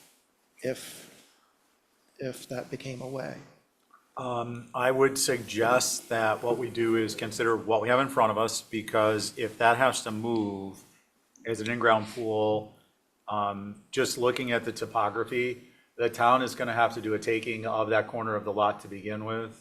So that would be resolved. Like, you can't have a road where there's a pool, Yeah. and you can't have a pool where there's a road. So that will be resolved in and of itself. And with respect to visibility,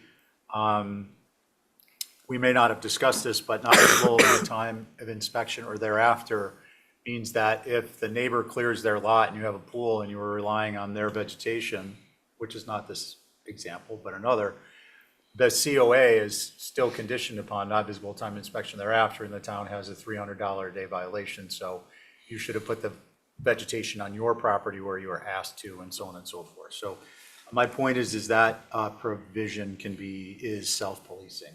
And if I just might quickly clarify, this dash line is just setback, so we are trying to maintain as many natural buffer. This is the property line here, so this is practically so this is setback. We are still give us enough space to have, if ever needed, even more natural screening. And my comments aren't in the spirit of changing someone's mind. It's to facilitate what we have in front of us. That's all, as chair.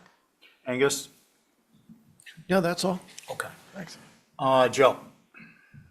I spoke already. I was fine with it, given the information we have. Oh, right. But Thank with you. this zoomed in version, there's also a cabana that blocks, 40% of the length of the pool, and there's vegetation. I mean, if they're going to do a taking, the taking could happen anywhere. So it's hard to think about that factoring in. I think it could be screened with vegetation, or even a fence if there needed to be one to achieve better lack of visibility in some future date. Thank you. Yeah, I'm good at not visible time inspection or thereafter. And no change, is there a grade change No, proposed? it's pretty flat, yeah.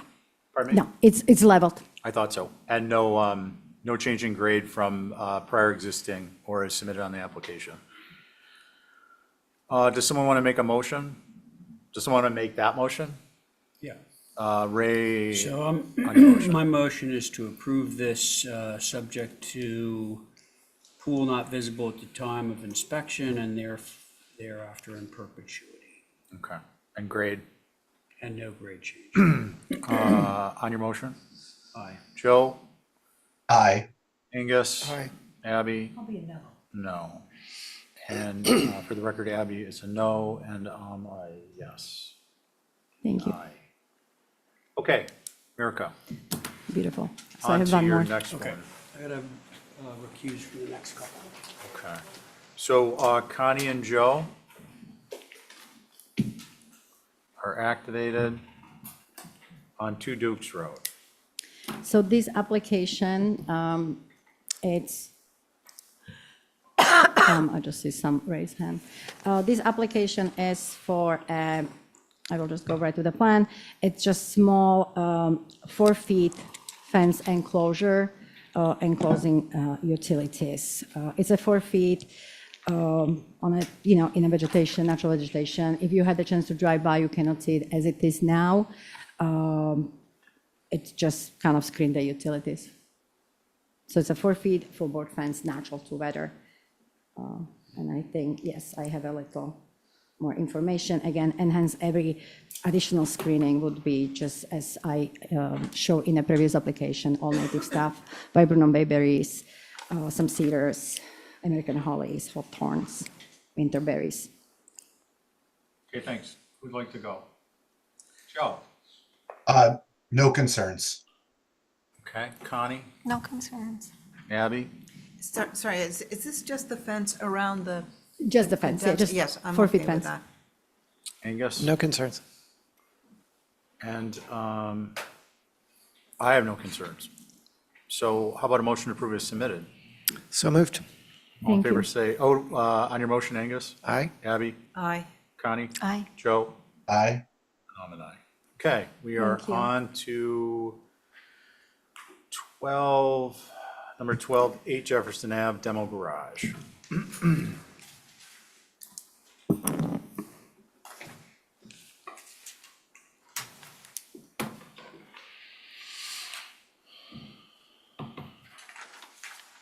And same board members. Is this the demo? Yeah, first. Yes. Okay, so this is an existing garage. Well, we're gonna keep the footprint, but there's enough changes to it that it just makes sense to take it down. What's up? That's it. I mean, there's drawings in there Okay, appreciate and that. photos. Any questions? Holly? Thank you, Mr. Chair. So yes, this is a non-contributing structure. There is an HDC survey on file, strangely, circa 1983. And I would just say that regardless if it's not historic or not, the garage does have a residential element on it, so hopefully somebody can take it. So hopefully it's more of a move off versus a demo. Okay, thank you. Any abutters? Any other comments from Mickey? Is he here? I am, Stephen, but we have no concerns. Okay, thanks, Mickey. There's a raised hand on the screen. Pardon me? There's a raised hand on the screen. That's our evening stalker. Fun. Angus. It was McDonald. I agree with what's been said. It would be great for it to be reused, and I don't have any concerns. Okay, I Abby? think, No concerns. yeah, I'm just gonna, can I make one comment regarding that? Because it's a garage, maybe somebody could take the top half, but, moving something that's on a slab Yeah. is not easy. You can because you're wearing Green Bay colors when you have your hat on. I'll put it back on if that's gonna help. Joe? I have no concerns, and I think all demos just ought to be, is that automatic approval as a move off too? Is it implied or no? No, unless it's a dwelling, because that requires a notice. So then it's implied by virtue of the fact that it has to be advertised, and if someone wants it, it's a move off. Okay, I have no concerns. Okay. I think that leaves me, I'm good with it. What do we want to do? A motion to approve as submitted. On your motion, I'm an aye. Angus, Aye. Abby, Aye again. Connie, Aye. Joe, Aye. and I'm an aye. Okay. On to the next. Is this the garage, new garage? This is the new garage, Okay, so this is. conveniently. Yeah. Again, using the same footprint, substantially changing the roof line to lower the roof. Pretty simple, single garage door. And then the part to the right, I'm not sure which application that, appears on, but it's a screen porch that's connected to the main house. And it's way at the back of the lot. You can see on the site plan. This is a very deep lot with a long driveway. And if you scroll in the other direction, you can see it on the site plan. It's that connector bar. Really, that part of it is very much blocked by the main house. Okay. From the description on the application, it's on this one, so let's just proceed with it. Okay. Okay. Let's see, questions? Holly? Thank you, Mr. Chair. So I think that the proposed garage is acceptable with some, maybe a little bit, couple tweaks here and there, but the connector, I don't think is appropriate with the historic district. I think it's a non-typical element. So those are my comments. And I did want to also mention that the structure that was just approved to be removed from the site, the garage, I think it sits up closer, right? So it blocks this area, but then that vegetation is going to be, I would assume, gone once that is removed. So then there's going to be more of a visibility looking out this way. Well, we're putting this new garage right on the same foundation that exists. Okay, then that answered my question. Thank you. It's going to be, okay, thanks, Sally. Mickey, did you guys have anything to add? If it's a visibility thing, if it's not visible, which it looks like it's not, then we're okay with it. Okay, thanks. Let's see, Connie. When I reviewed this, my issue was with the connector, but if it's not going to be visible, then I would think it would be okay. Okay, let's see, Joe. Sure. Well, I appreciate the scale of the new garage, especially when compared to the previous one. And on the connector, even if it was visible, I think it's appropriate because it's not just a tenuous breezeway. It reads like part of the story of the additive massing for this property. So I'm okay with it as is. Okay, thanks. Angus?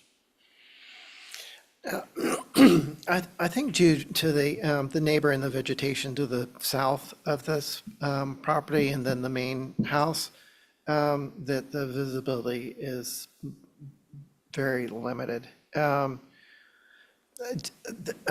only concern was with the connector and just the spacing. I'm looking at the garage north and just thinking that those mullions wanted to be evenly spaced. There's a little space and then two bigger ones, but again, the visibility is.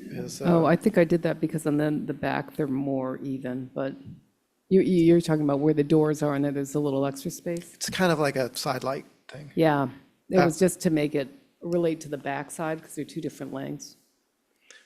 But I don't think there's any visibility there, so. Abby? It sounds like visibility's the issue, so when we make a thing, maybe we can just say, keep the vegetation so that it's not visible, but, obscured. Right, so screening for limited visibility, I don't think it's going to be necessary given its location, but I don't think it hurts to include it. So my thoughts are that let's just say to broadcast the concept, this could be appropriate in a location that was visible if it were like half the width, which would mean it's lower and it takes on a much smaller mass and presentation. But that's not relevant to this one. So do we have a motion to approve subject to limited visibility from Jefferson Ave? Yeah, so moved. Let's see, on your motion, Abby? Aye. Angus? I second, just for discussion, I don't know how we quantify limited visibility, but Well, I'm an aye. It's going to be built, I think it's going to be, I'll answer what I intended. Okay. I mean, it's so far from Jefferson, it's behind part of the house. and part of the neighbor's house. Yeah, we just want to register that my concept of when I made this statement is we want to register that this should be a limited visibility. That's the basis upon which we're approving it. Right. If for some reason this stands out like a neon sign, that's not limited visibility and we'd have some clawback power. That's all. That's a little subjective, but I don't think it's going to be visible. Yeah, very subjective. Yeah. It's got limited visibility. Does that help you at all, Angus, or do you want to change language?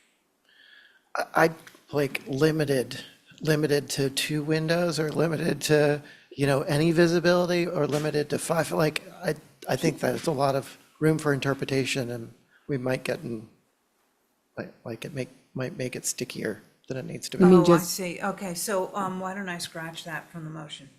So, okay, but guys, let's Due to, go back to geometry. The distance from the street and the structure that's obstructing this is going to mean that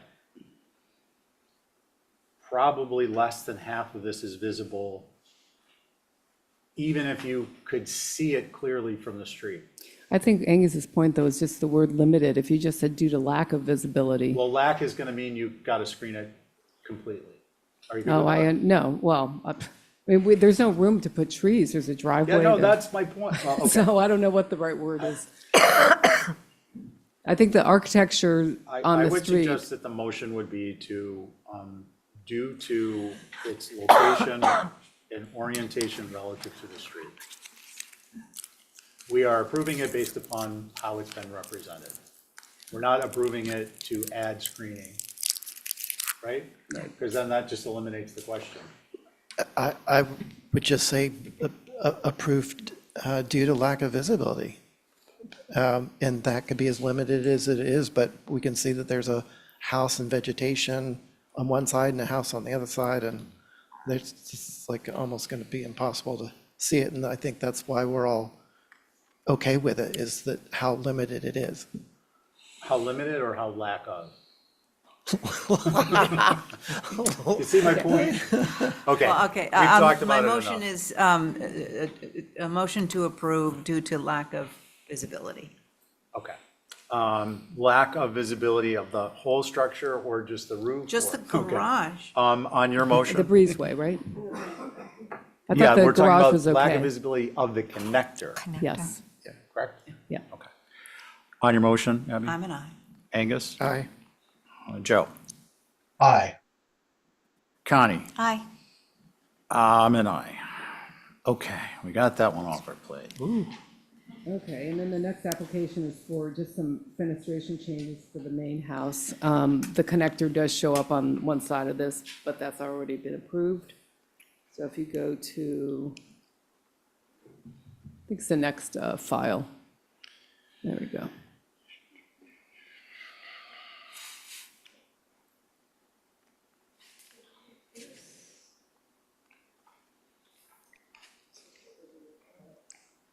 No, that's the garage.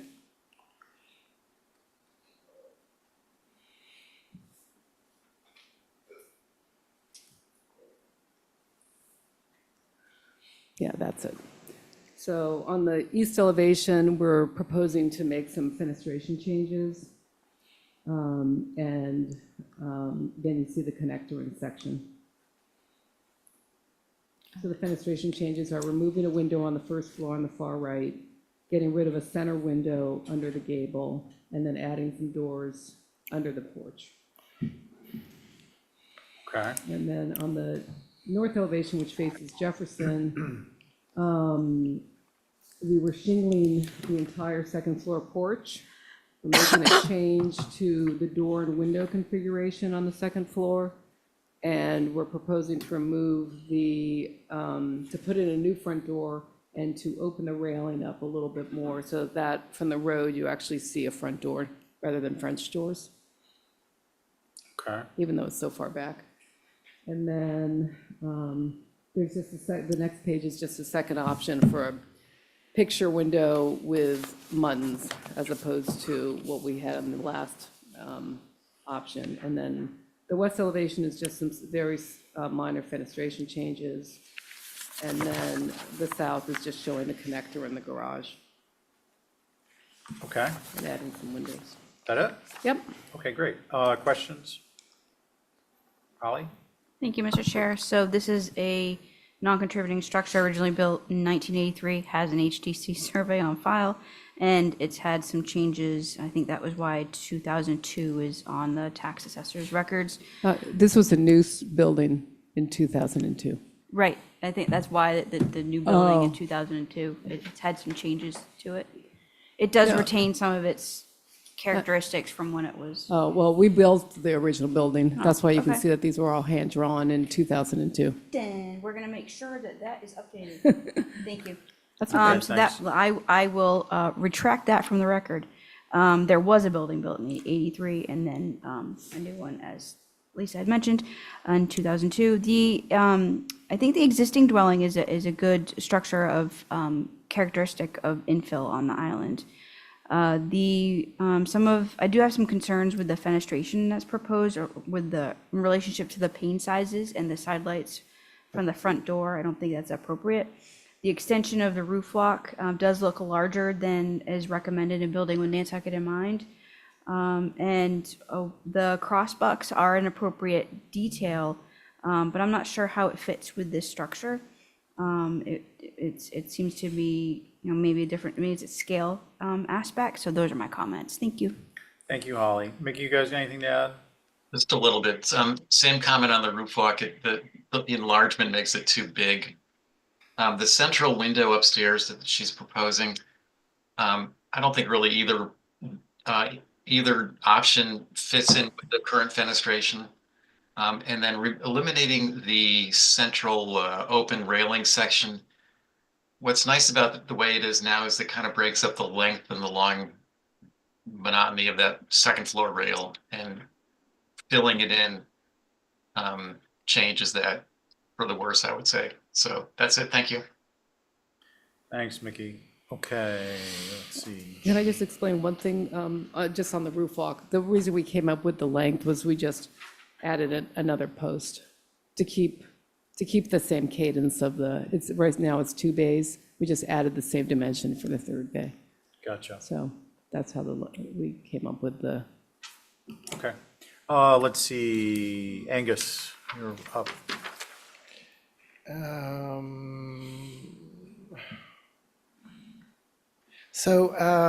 Let me just go ahead and pick up where you left off with the roof walk. So my concern is that the roof walk is already not centered on the ridge, and not that it really has to be, but then this sort of exacerbates it by going another length that way. And so I think it's too large proportionally, but also going the wrong way. And I agree with what's been said about the picture window.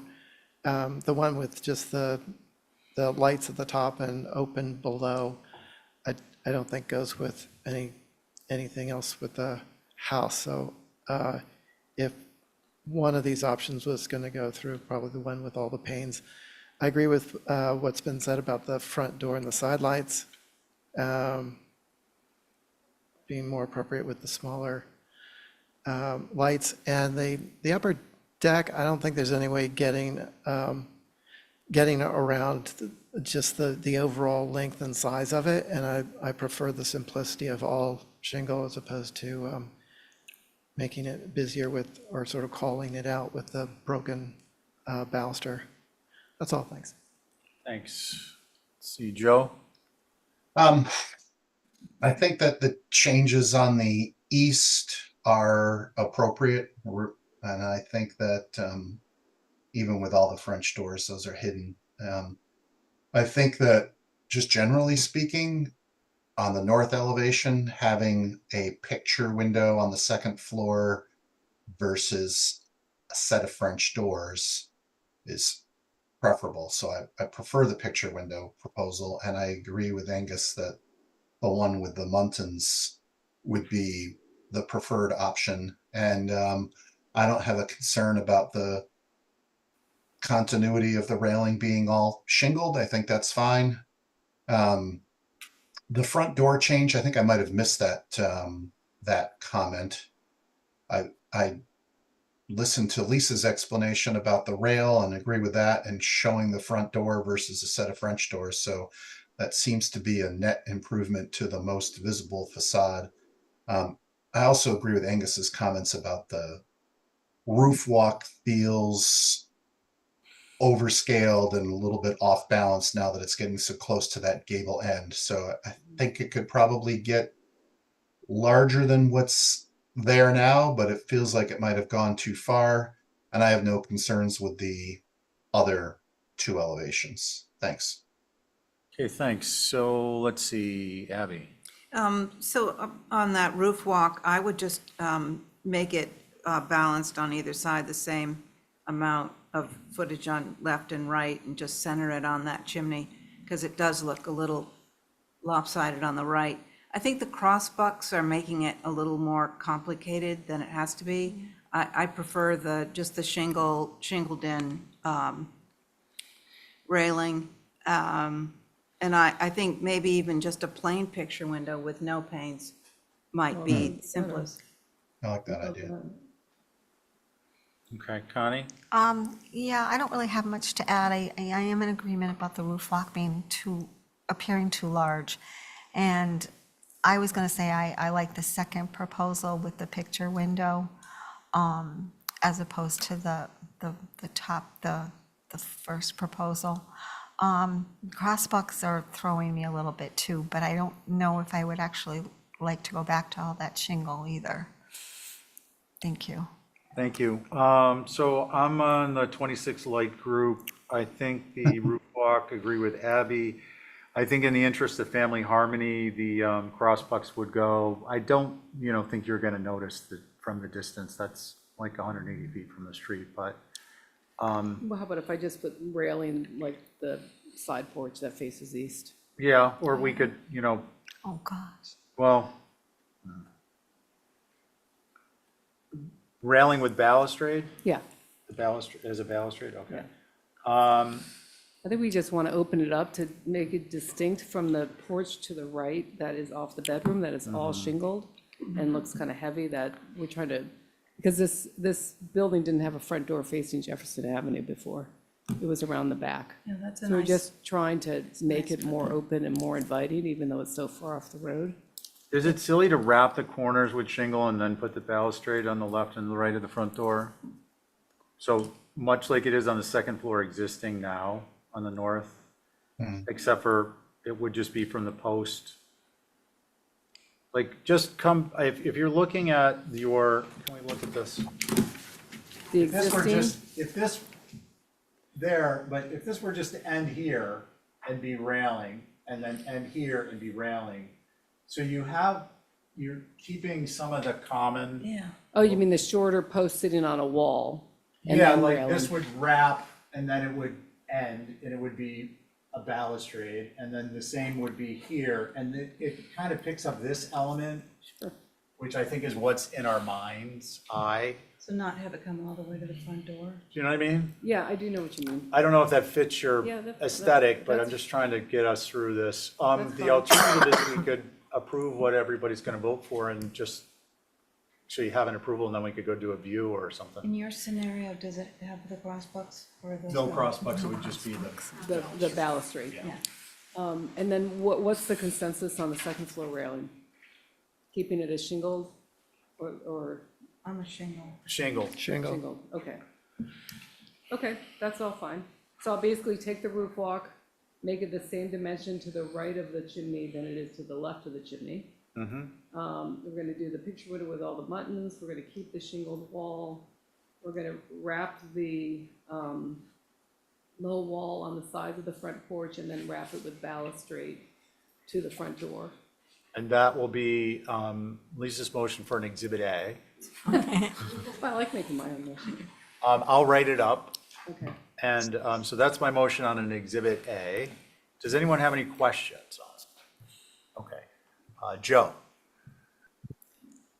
Am I supposed to say aye or nay? Yes. Typically, yes, but Okay. I wasn't able to see exactly how you crafted the first floor rail, but I will go with whatever you suggested, and I understand all the other comments, so I'm fine with the motion. Can So, I use that yes. for the rest of the meeting? That'd be perfect. I'll turn my microphone on. No, I'm teasing, I'm teasing. Thanks, Joe. I appreciate it. Let's see, Connie Aye. and Angus. Aye. Abby. Aye. And I'm an I, and I'll do the Exhibit A. Thank you very much. Okay, and now we are on to 37 Ocean Ave.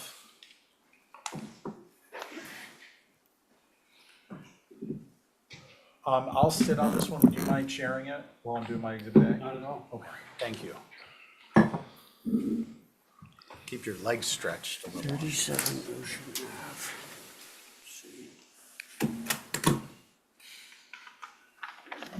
Oh, hi.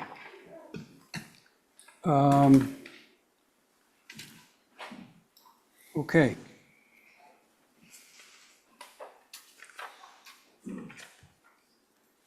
You want to just walk us through? Yeah, thank you, Chair Poll. Tobias Glidden from Act Smart.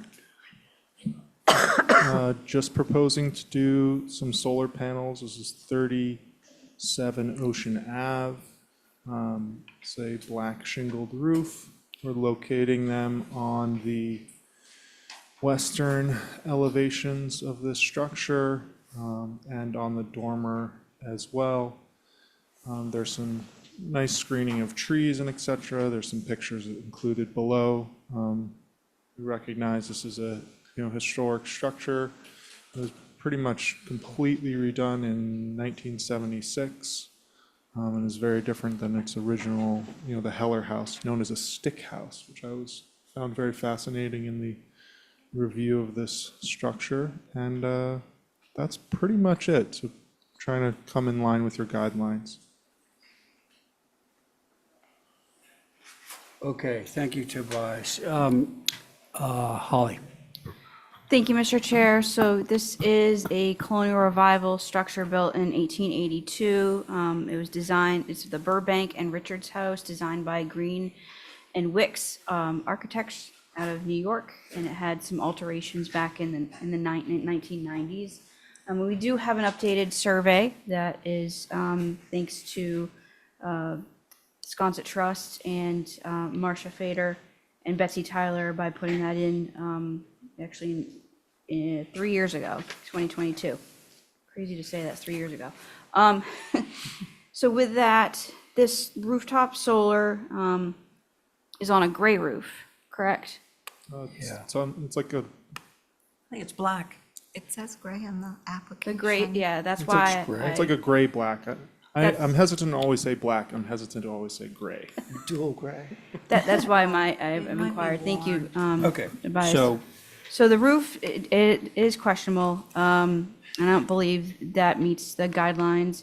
This historic structure is on a corner lot, and therefore the rear and side roof planes proposed for the solar will be visible, along with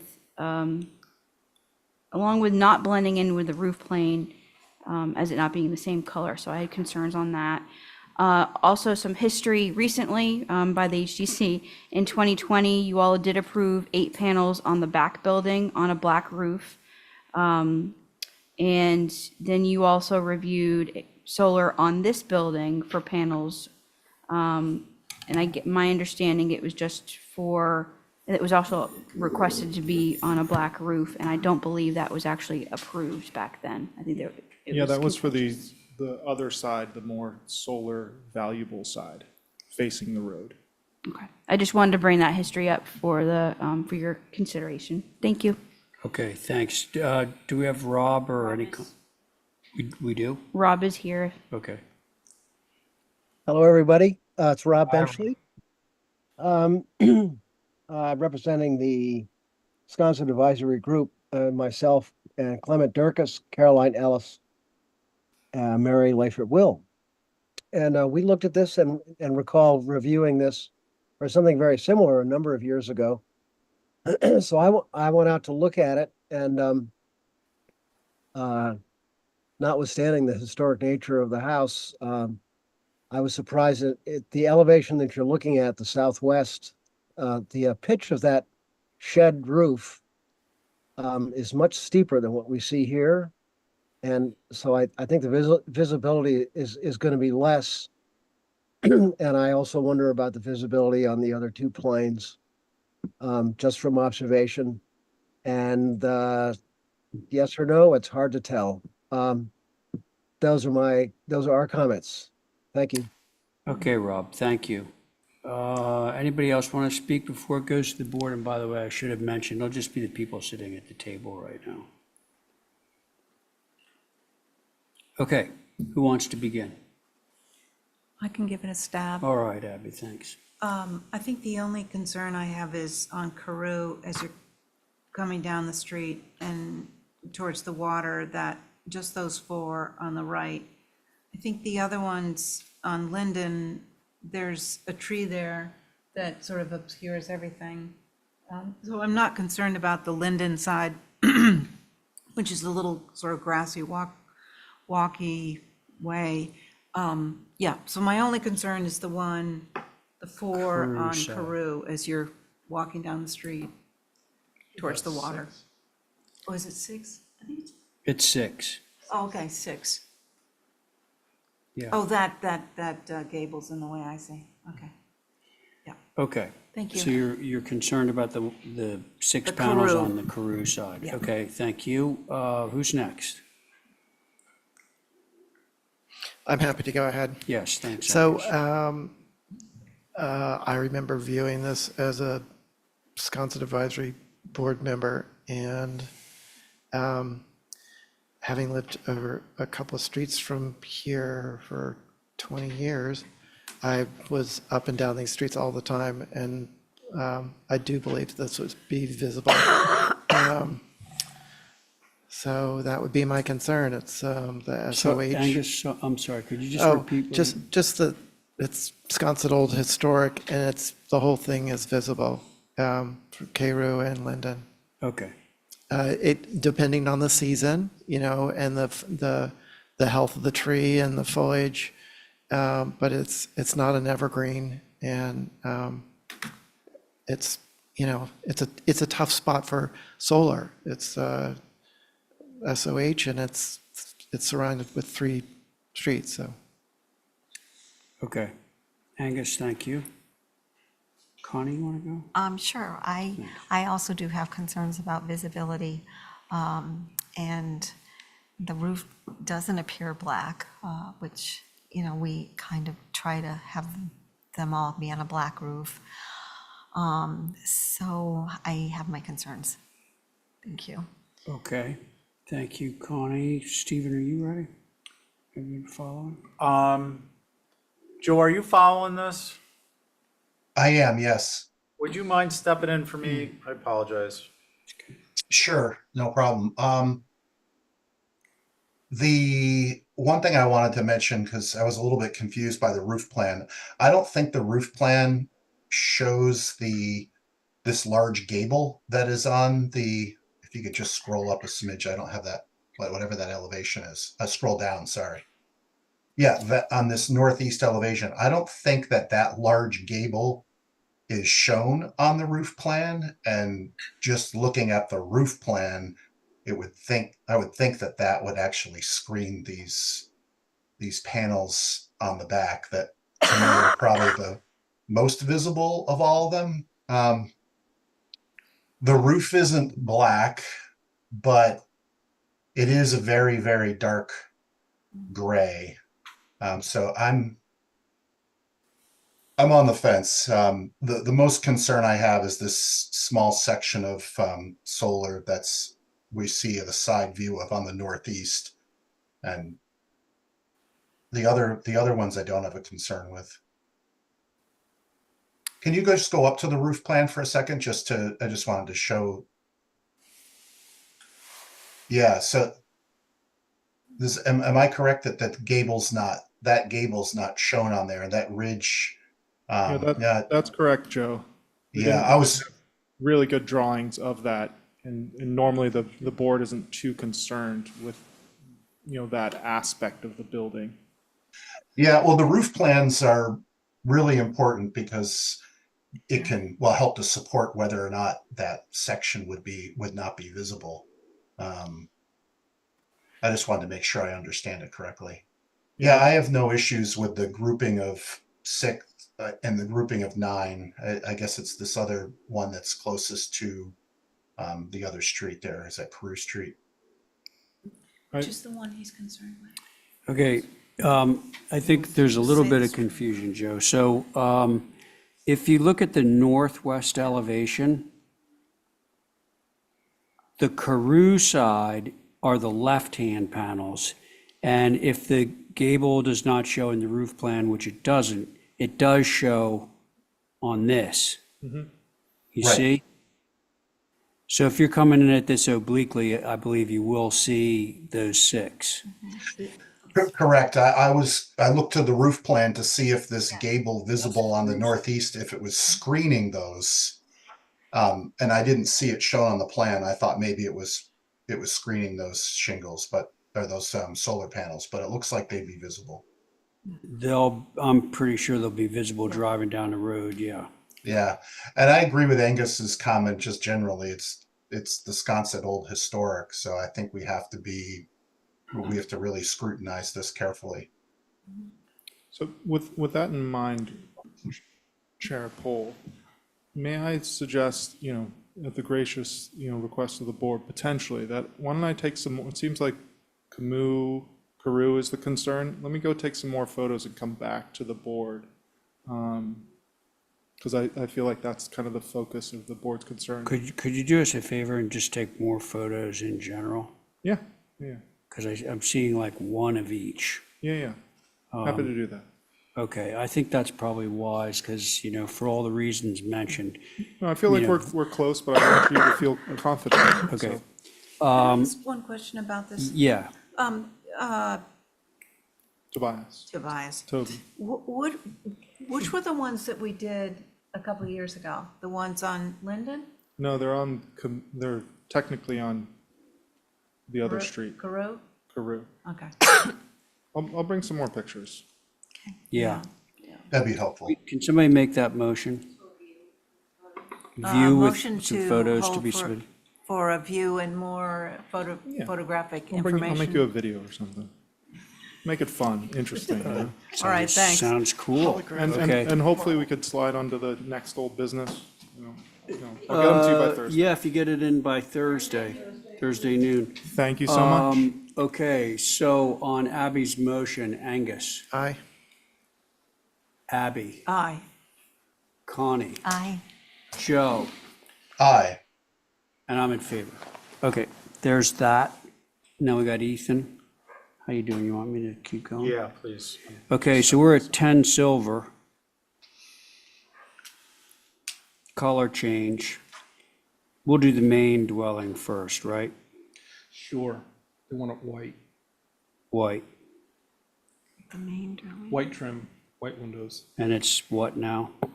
gray. Well, it was approved gray. Yes. Oh, this is Block down windows. at the end of the block. And they want to change the shingles.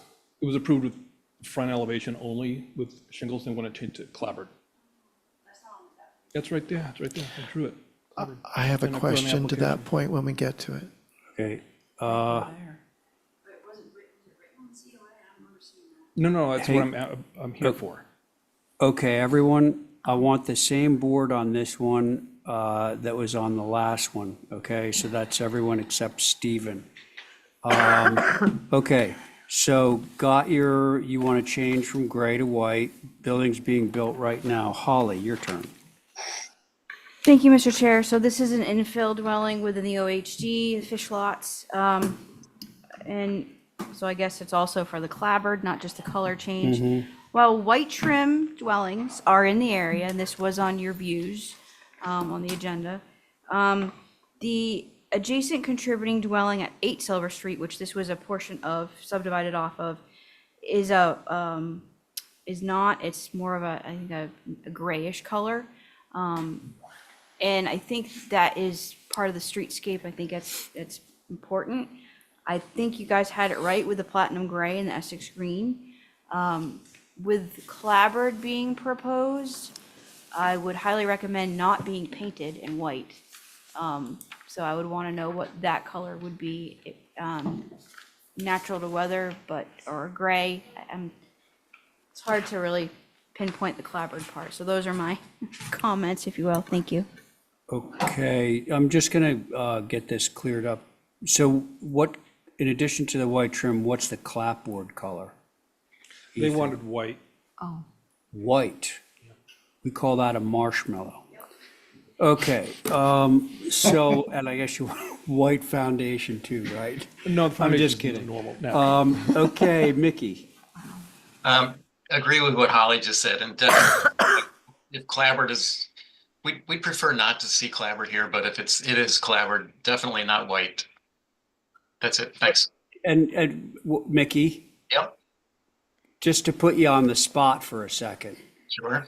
what's your opinion of the gray as approved versus new white trim X the clapboard?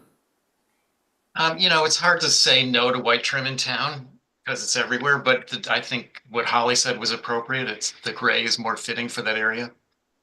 Okay. All right, very good. Thank you, Mickey. All right, board members. I can Attack. agree. Go ahead, Abby. I agree with Holly. I think that this area it just says gray. I think the white is just going to be too much. How too about jumping gray out. clapboard? White trim, like I have a house up right down the street from I it. think the clapboard is also drawing more attention to this That's new what they want. house. And I Hang think, on. Abby. I think the shingle is calmer. The platinum gray was going to it would just fit right in. And it looks so good. You've done such a great job with that additive massing. It looks so great from Pleasant Thanks. Street. I wouldn't want to, mess it up. Okay, Abby, thank you. Who's next? I'm happy to go. Angus. In the application, there is a box in colors for the clapboard, which doesn't have a color in it, and that's why we have questions. And my concern in reviewing this before was just the idea that clapboard is being asked for, probably white, with the white trim, and it's not that it's unheard of, but it's just, it's more exceptional. And in this area where it is feeling more rural, especially with that area as you head towards Pleasant Street, it just, it doesn't feel appropriate. I felt a lot better with the gray and the simplicity of all shingle. So that's where I'm at. Okay, Angus, thank you. We got Connie and Joe. I can go. Connie.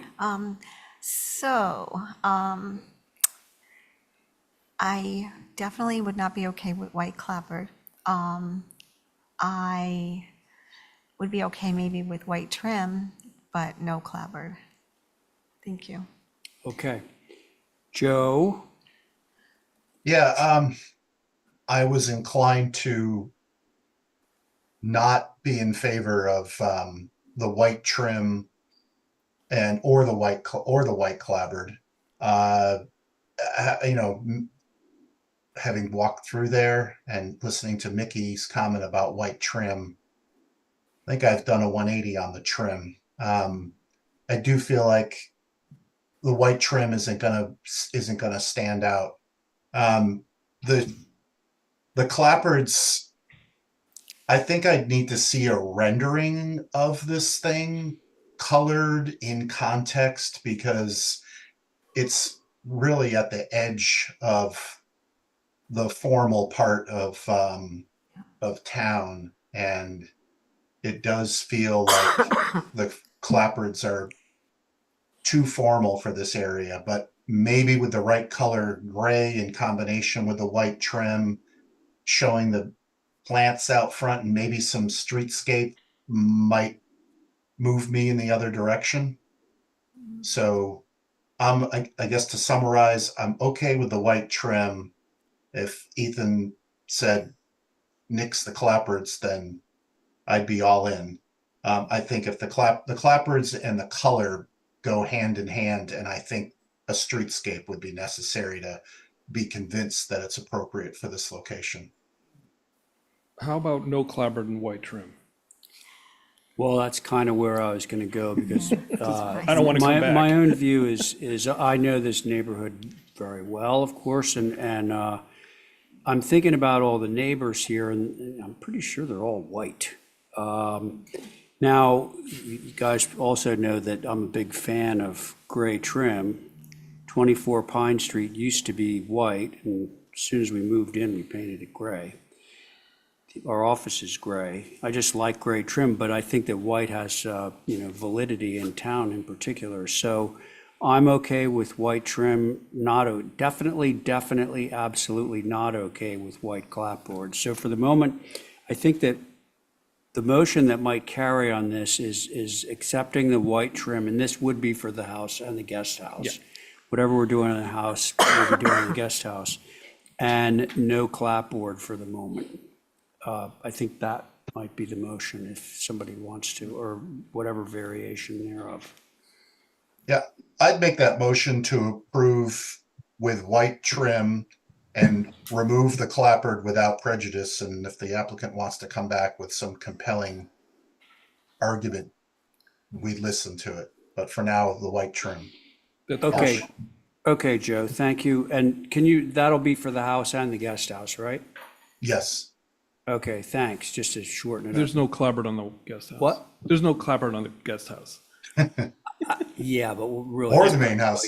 Okay, so on that, Angus? I will second that, just for a clarification. Okay. And that is that we're sticking with the Essex screen doors. I can't remember what I put on there. It's been a Good while. question. Good question. I have it on the, On the applicant. I think the doors are white, except the front door is a color. Can we Yeah, get clarification it's on the on application that? with, Doors white, front Essex if you scroll up to green. the Oh, application. front door is Essex green, Yeah. There you go. folks. Yeah, so the side doors are Yeah, white. these are French doors. Okay, there you go, Angus, there's your answer. And I will go ahead and join as an aye. Okay, Angus is an aye. Abby? I'm an aye. Okay, Connie? Aye. Okay, Joseph, on your motion? Aye. And I'm in favor, so that motion carries unanimously. Okay, thank you. That was Ethan. Front door stayed as Essex green. I believe that was the color that was written down. All right, well, thank you, Ray. We're on to 5 Coffin Street, Wisconsin. Matt? Mr. Chair? Yeah, if I could.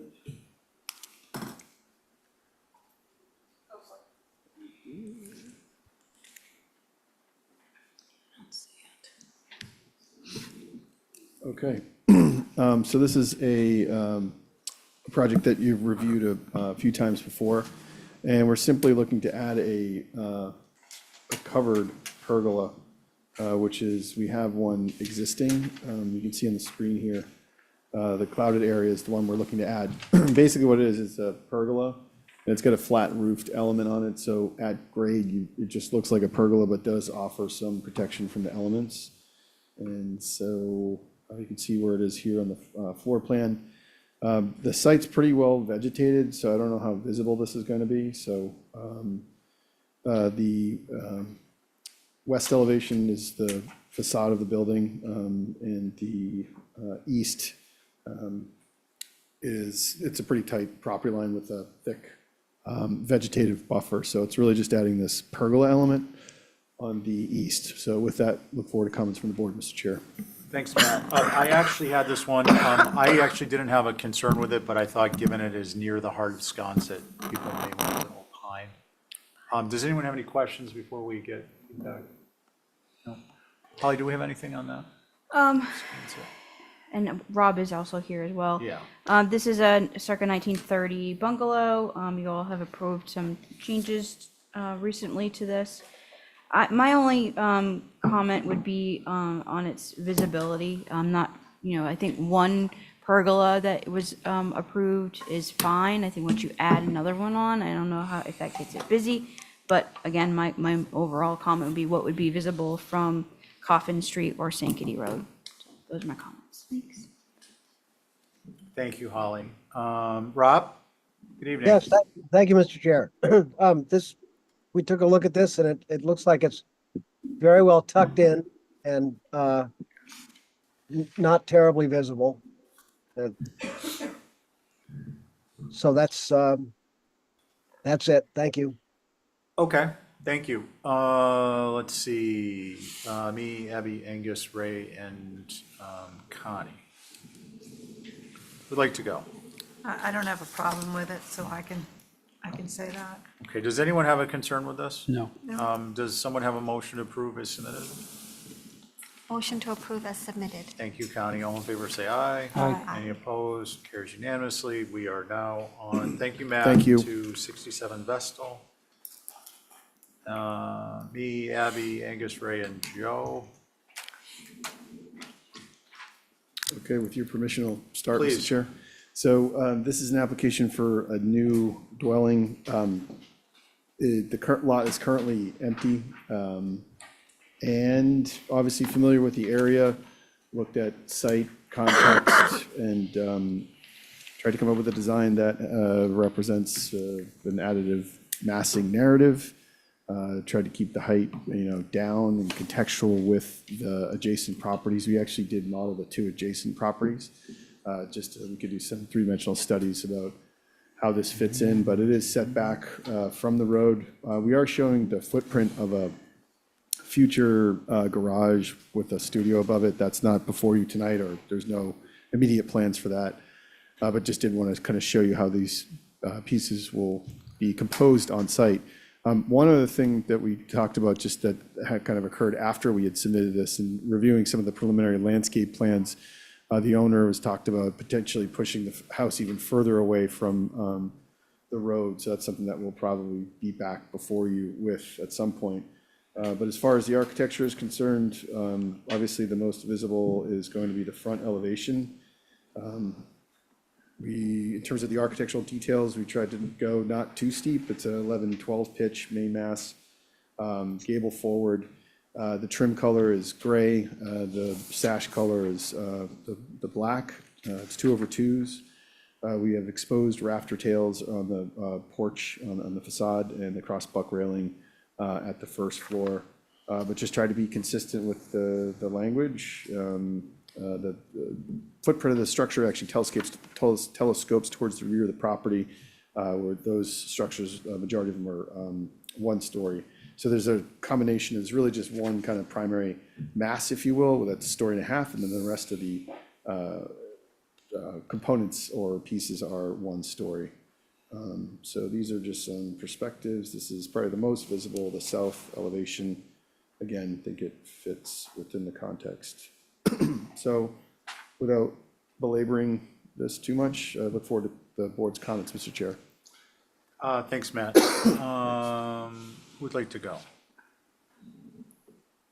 Oh, Holly, I sorry. could, oh, Thank you, Mr. Chair. So this is infill. This is replacing, I think, a very non-contributing structure. I don't know if that's been removed at all or not, but it was from 1983. Appreciate the rural feel. I think this actually can, it leads to that.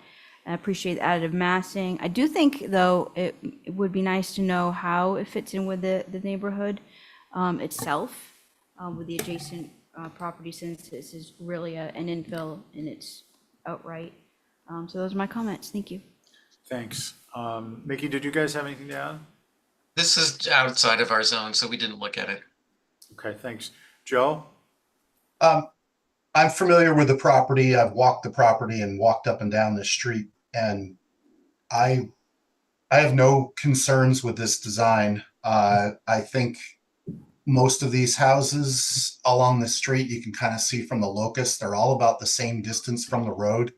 If Matt's thinking of sliding it back, I think that would be great. But I think where it's at, it's actually slopes down from the street too. So you're looking down on this from the road. I don't know how much it slopes down. It's a couple feet, 43 to, yeah, it slopes down. It's got additive massing, not just off the back, but I appreciate that it's also off to the side. So I'm fine with this as is. I think it's very appropriate for the neighborhood. Thanks, Joe. Ray? I agree with Joe. Does anyone have any concerns? I'm enjoying it, the design, but I am worried about it going further down the hill. I think you just nailed it. It should stay right there. Okay, thanks, Abby. And Matt, I had this to review. I had no concerns with it, but it was a house and it's Vestal Street. So I figured I'd let it run here at the meeting. Do we have a motion, please? Motion to approve as submitted.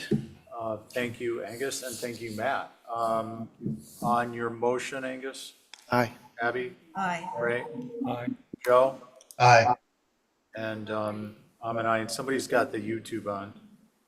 Not me. Echo, echo, echo. It's Matt. He's quickly hitting the buttons. That was a Shut it definitive. off. Close It's the weird how window, it started, but I wasn't on YouTube, but apologies nonetheless. Thank you. You were up there. You were up there. Yeah. All right, 6A Marble Way, no, Marble Way Lot 5. That's actually being held per the applicant. Okay, do we have any abutters? I'm not aware of any butters in the queue. I don't recognize any of them. Hey, did we have a question on one of these? I thought I saw a question come in, one was held, and whether it was gonna count as a strike. Did I see that in an email? This was the first held for this particular application. 23 Ocean? That one was Oh, also. it's, Okay, so that would have been, because we did have a butter representation, that would be a number one. Because that's being held, right? That's being held, which is Right. notated on the agenda But when did we get notice on that? this morning. Okay, so not to be, but just the rule is if it's not a week in advance, it's a ding. And then the second time it's a ding, there's a delay, there's a penalty on when it can come back. Again, the idea is that if there are letters of concern on the record, we want to be able to help ensure that people can come and represent their concerns. Okay. Sarah Elger has her hand raised. Sarah? Oh, I was just saying that was going to say that was me on 23 Ocean and thank you. We didn't get notice until this morning. Okay, great. Yeah, I noticed an email and I just figured it out. Yeah, I appreciate it. Thank you. Sure, you're welcome. Okay, so now we are on to 13A Willard, at a window. Can I step off for a little bit? Yeah. Sam is in the queue. Good evening, Sam. Can you hear us? Can we hear you? You're talking, we can't hear you, unfortunately. Yeah, he just moved over. Now he needs to unmute. And Sam, if you can unmute. All right. Good evening. Good evening. How are you? Doing all right. Doing all right. Just put both the kids to bed, so it's so far so good. Okay. I know. Don't jinx it. Sam, I think just to, because it's relevant to your presentation, if we go to the area requesting the window addition, I had this to review for consents. These get distributed to board members, and I happened to pick this straw on this one. And Yep. I didn't know what the window was, so I wanted to get that squared away.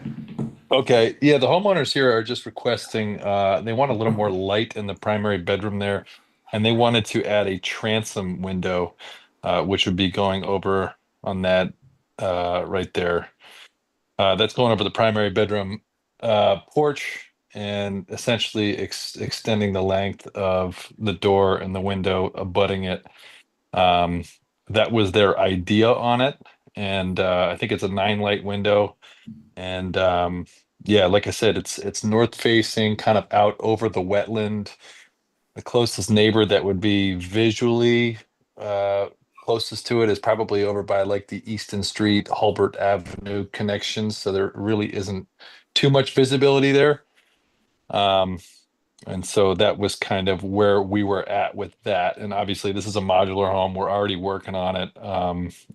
This is the only section we haven't sidewalled, just in case we can reframe it. But this is kind of what they were anticipating and hoping for. Okay, thank you. Let's see, that goes to, any questions? Sam, just to have it clarified, it's going to follow and track the same manufacturer style as the windows and door below it? Yeah, correct. I mean, it's actually the same glass size, and I think it's like a 9-inch high glass size. But yeah, it'll have the same muntin pattern and same casing pattern and stuff like that as the Anderson. I think they're 400 series below it. Okay, and then it'll be, is it going to have a sill detail or is it going to be picture framed? No, it's a direct set, so it would be no sill detail on there. Okay, so it'll be more of a picture frame. Okay, Yep. thank you. Just so we all have the same information as we go ahead. Yep. Yep. Holly? Thank you, Mr. Chair. So this is an infill that you all approved. This is an elevated structure because it's brand new and it's in the flood zone. I agree that the visibility is going to be limited. It does sit adjacent to the Conservation Foundation property there. It's in perpetuity. It just really, the rendering or lack thereof was really hard to really discern how this was going to look like. So that was my comment on that, and wanted to make sure, are the pane sizes in relationship to the door and the window going to be similar in the transom? Or are the windows in the transom going to be smaller? Those are my comments. Thank you. Thanks. Sam, can you address that? Yeah, I mean the panes are drawn. I mean, obviously, I kind of did this quickly, but the panes will be the same size as the window, not the door. I think the door was a little bit more narrow, but right now we have it as the same size as the window. And I think there was one more question in there that I can't remember. Holly? I think that addresses it. Thank you. Okay. Yeah. Okay, great. So your board is myself, Angus, Ray, Connie, and Joe. Ray? Evening. Mickey, you got a comment? Yeah, this is kind of an unusual approach to a like a transom window. It appears from the rendering there that it's a window that's going to connect a window and a door with a space between, which is a pretty unusual configuration for anything that we're used to. So I guess my suggestion might be, if they need extra light, to simplify it and just put a small 4-light window up in the gable end and not try to complicate it with this unusual transom. Thank you. Okay, thanks. Let's see, Ray? Mickey took the words right out of my mouth. I mean, I've never seen a transom used in this way. Usually a transom accompanies a door or a window that's its same size below it, and here you have both, but they're separated. So it seems, quite atypical. I really can't figure out what the visibility or not visibility of this is. But if it is at all visible, I would prefer to have a solution more along the lines of what Mickey just mentioned. Thank you. Thank you. Can we address visibility before we go any further? Sam, is this totally invisible from everywhere in the world, or is there visibility from somewhere? There's definitely visibility, like I said, from the kind of the field area where Hulbert Avenue and Easton Street connect over there. So there's visibility of those houses over there, and I mean, if you're really looking for it, you could probably see it from Easton Street right at that field over there. Mm-hmm. Okay. And before we go further, the 4-light option, is that something you're amenable to? Yeah, I think it's funny. I brought that up to the homeowners as well and said this would probably be a better option. And they were pretty high on the transom idea, but they said if the transom doesn't work out, then we would be totally open to the 4-light. Okay, yeah, just so we know what's on the table. Thank Yep. you. Joe?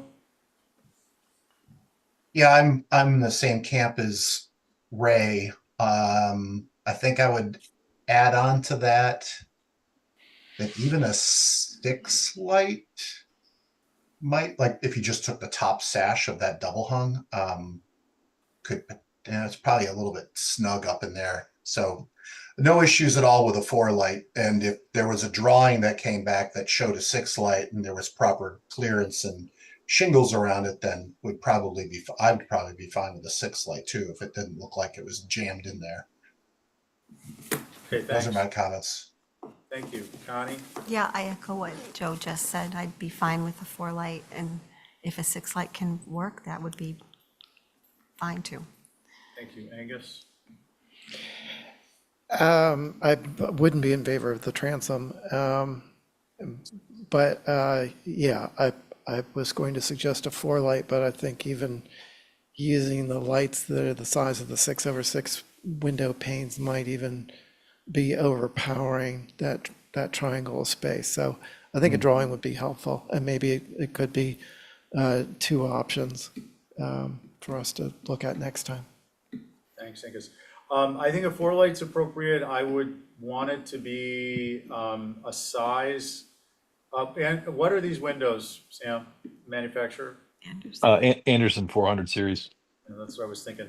So, you know, the next size down from the stock line of the window size of the individual lights. So if that's a 9/11, you know, like an 8/10 or something like that is my. Okay. What do we want to do? Hold for revision. Well, we'll see what happens. On your motion, Aye. Angus, Ray? Aye. Connie? Aye. Joe? Aye. Okay. So we're gonna just ask for a drawing that shows proportionately sized sash with the buttons in place, all right, Sam? Okay, you got it. Or if you want to Photoshop in a window and scale it down, you can do that too. Okay, perfect. All right, thank you so much. Yeah, thank you guys. Have a good night. All right, and now we are on to 6 Hampshire Road.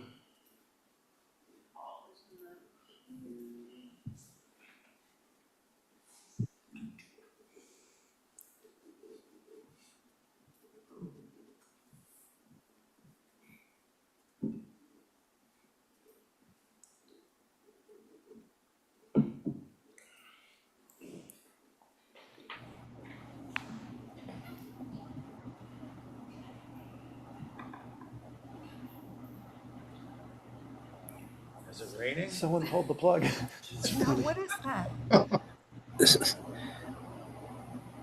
I can assure you I'm sitting at my desk.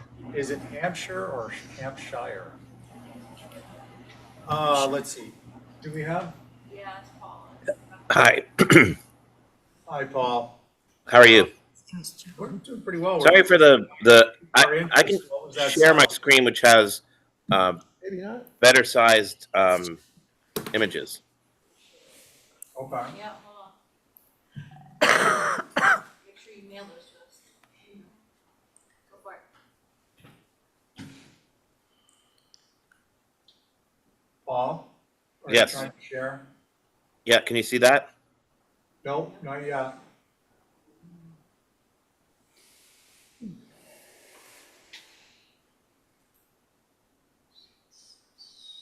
Hold on. We'd appreciate the sound effects back if you're gonna.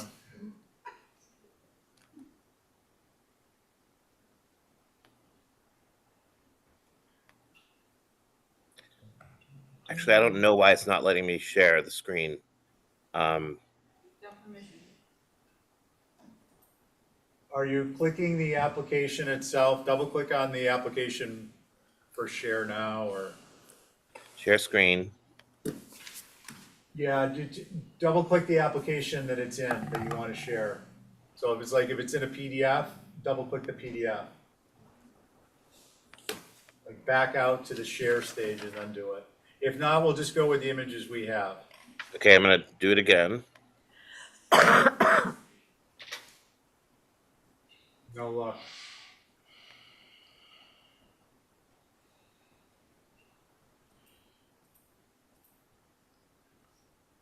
Did you say the images you have are larger, high resolution or something? They are better. Better. Um, Better than not seeing any, or? no, you can just go with these. Go with her. Go with what you have. They're just Let's all go with disoriented. Okay, no, I was not being flippant. Okay.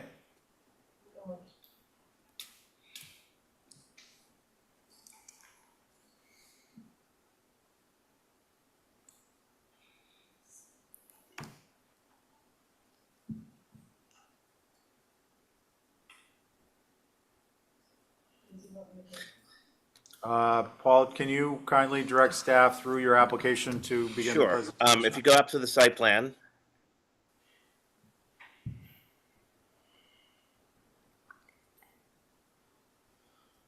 Actually, it's the other direction.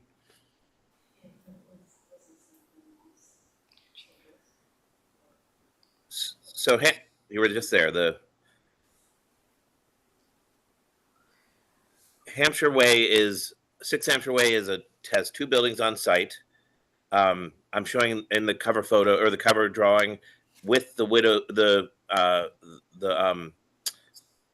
stairwalk.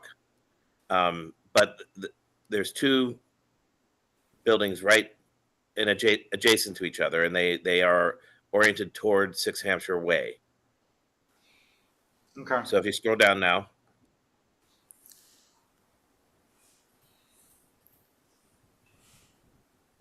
Scroll down. So this is a site plan showing the 2 buildings as is. I think they were built in 1986, or one of them was in 1986. There was an HDC approval for some amendments, but they're not historic buildings. Scroll down. Again, as is, these are the north-south elevations of the building that gets the roof walk. Scroll. So again, existing elevations of the 2 buildings next to each other.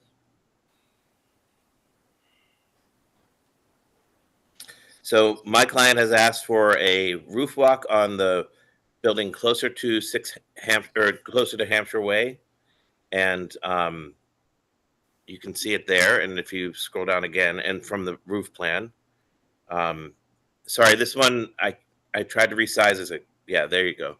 This is from from either side of the street, or either side of the building that gets the roof walk. Scroll down. So we go back to. So this is again the front elevation. The lower one faces the ocean or the beach, and the upper one faces toward inward, island bound. Okay, thank you. Let's see. So it's the same board, myself, Angus, Ray, Connie, and Joe. And I had this one and I didn't put on consent because although it's technically a salt box-ish structure, it was enough of a question mark in my mind that I didn't put on consent. Who would like to go?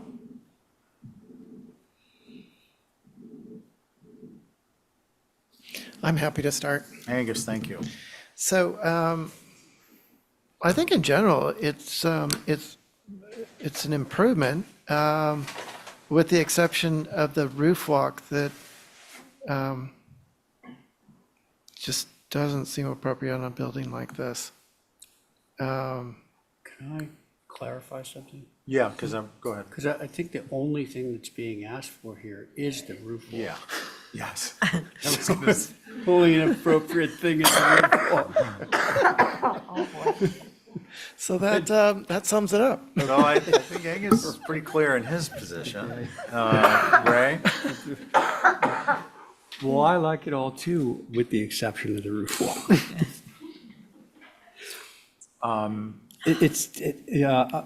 Okay. I did mean that in earnest. I shouldn't be joking, but it's kind of like, I think the issue is that because of the roof configuration on this building, it's sort of at one height and it steps down, ever so slightly to this secondary mass, which is very vertical, et cetera. We won't get into that, but it's going on, it's being centered on that slightly higher ridge. And, really the profile of this building, yeah, it's a salt box, but it's like the roof wall kind of dominates that little piece with the higher ridge, just by way of explanation. That's why I don't particularly enjoy it. I don't like it. Thank you. Thanks, Ray. Angus, you want to do a follow-on? Yeah, I just want to do a follow-up. Yeah.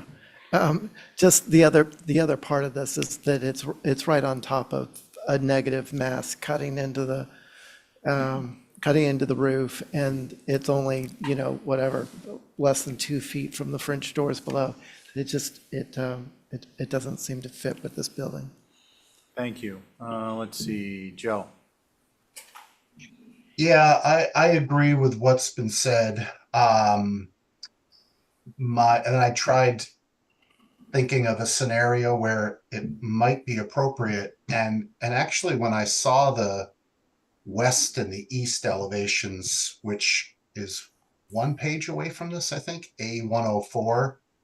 I don't know if you want to scroll to A104, but I have it on my screen, but you guys aren't looking at it. I think it might be the page. Huh. That one. Is that it? Yeah, this one.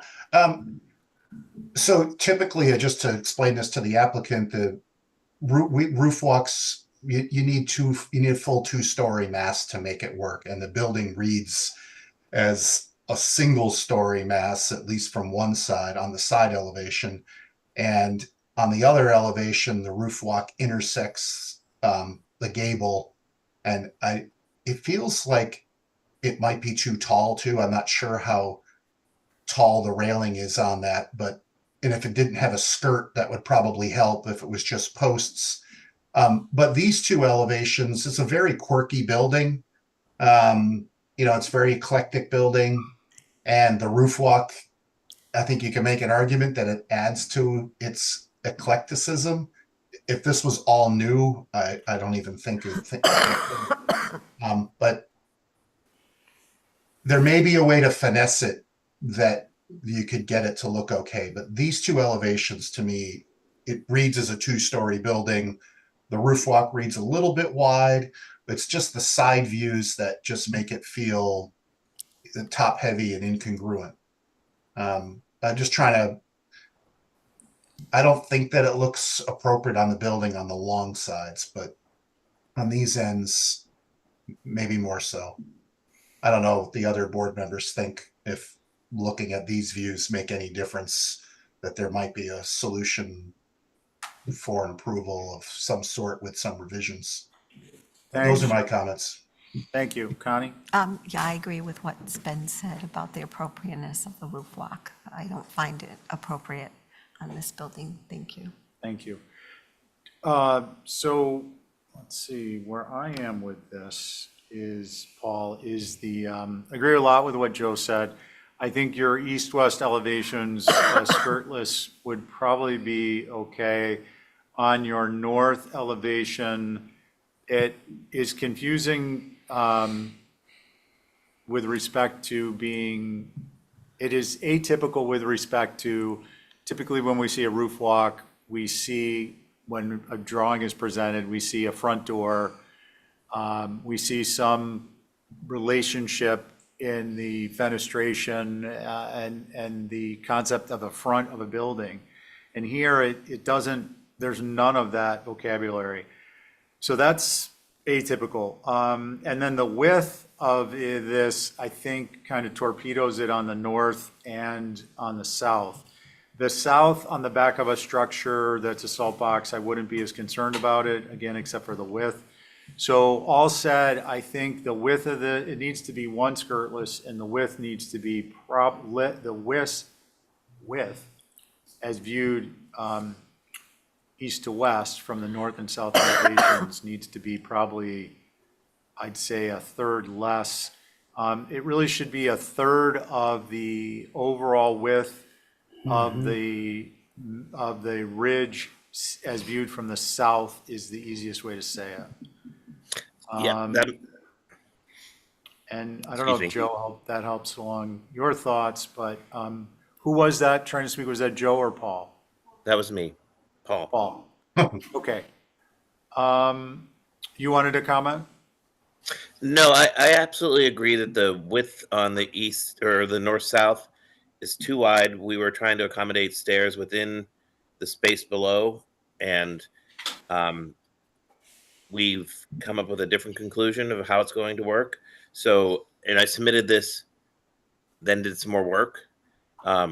So I can easily revise the drawing so that the north-south elevations are much or approximately a third of the total ridge line or less. We can accommodate that so that it's appears more in scale with the building, if that makes Okay. sense. Yep. And let me, before we go any further, kind of poll, because we had three members who seemed, has anyone been persuaded in their point of view that they might, I'm not saying you will at this moment, but you want to take a look at a revised set of drawings? Sure. I wouldn't mind. Okay.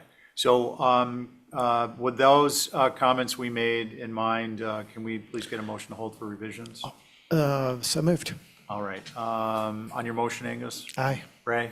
Aye. Connie? Aye. Joe? Aye. And I'm an aye. Okay, thanks, everyone. Thank you very much. Have a That good brings evening. us- Thank you, Paul. That brings us to 7 Folger. Okay. Michael?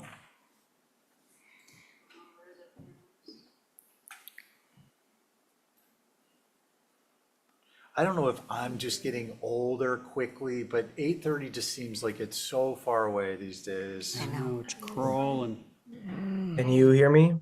We can, Michael. Why don't you, are you going to steer or you want to? I am happy to steer. Okay, please do. Let me share. I need to be made. Oh, there we go. Your board for both of these is myself, Angus, Ray, Connie, and Joe. All right. Let me know when you can see the screen, please. You're good. All right. Great. So we are back for two applications on this property where you had previously approved some work on the existing main house and an accessory structure in the rear yard. We have significantly scaled back our approach on this property. So that accessory structure that you had looked at previously is gone and being replaced with this much more insignificant garage structure further back on the lot. So just to orient you, Folger Lane is here, the house is here. We'll talk about the house application next and some minor changes there. But this garage structure is way, way, way back on the property, significantly out of some of the sight lines that had been concerns of the board previously, significantly back from the street and essentially no visibility. The structure itself is a low garage structure with a little pergola off the side of it, two carriage style garage doors, all cedar natural to weather, except for painted trim, which matches the house. We think it's a pretty innocent little structure set all the way back. There isn't even a paved or a gravel driveway to it. They intend to drive across reinforced turf on the grass, just sort of further diminishing the presence of this structure on the site. So that is the garage structure. There are the same view corridor images that we had provided previously on this property, and views from the street are all here if the board needs them for reference. But we had provided a pretty in-depth look from Folger Lane, and from Coffin Park on the backside of this property. And this sort of core area we had discussed previously was of a concern. The garage is all the way pushed back into this little nook of the property behind further vegetation. So with that, I will return to the elevations and pass it back to you. Thanks, Michael. Any Yeah. questions? Holly? Thank you, Mr. Chair. This infill garage is way more appropriate than the previous one that we looked at. And I think it fits nicely with the infill main dwelling that's a non-contributing structure, but nonetheless meets the character of the district. Thank you. Thank you. Mickey, anything? No concerns. Okay, thanks. Does anyone have any concerns with this? No. No. I actually had this one and I thought y'all would just want to see it Thanks. compared to the change. Okay, motion to approve is submitted. I'd make that motion.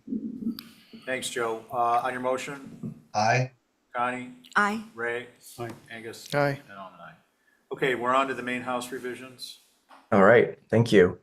So back to the main house, as discussed, we had previously submitted a like-in-kind window and door replacement to this structure, some modifications to the rear roof line of this structure, and some modifications to this existing sunroom roof on this building, as well as some other sort of small things like removing the projected additive porch on the front and replacing it with this more appropriate front door.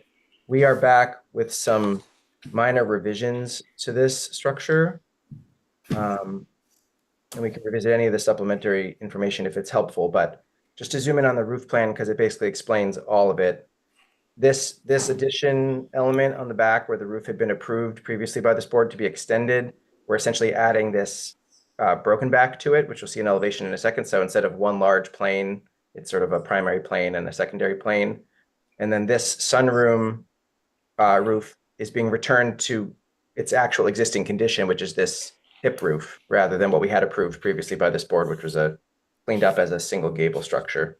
Those are the primary changes, and then there's some very minor window adjustments. So this front end is just our window survey of the existing windows in this property being replaced in kind. Jumping to the elevations, only what's in the orange clouds is what's being proposed to change. So again, this sunroom roof is staying as it exists today as this hip roof, not the gables that have been previously approved. On the east side, which has absolutely no visibility along the property line, we are modifying what you can see here in the existing are these two double hung windows to this double gang window in the kitchen, and changing one double hung window to this 6-light fixed unit on the back. And on the other two elevations, you can see, again, there are currently no windows existing on this north-facing facade that faces inward to the property. We're adding two windows. They have no visibility.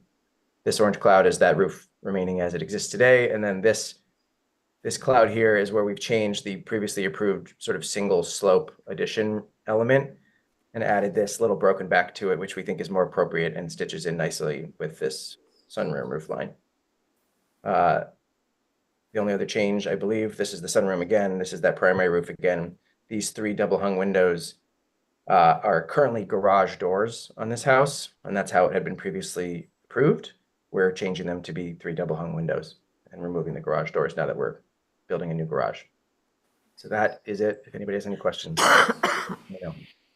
Thank you, Michael. I'm going to skip questions. Holly, do you have any concerns? I only had one concern, and I don't know what the visibility is, but it would be on the east elevation, the ganged double hung windows. They seem overly large and out of character.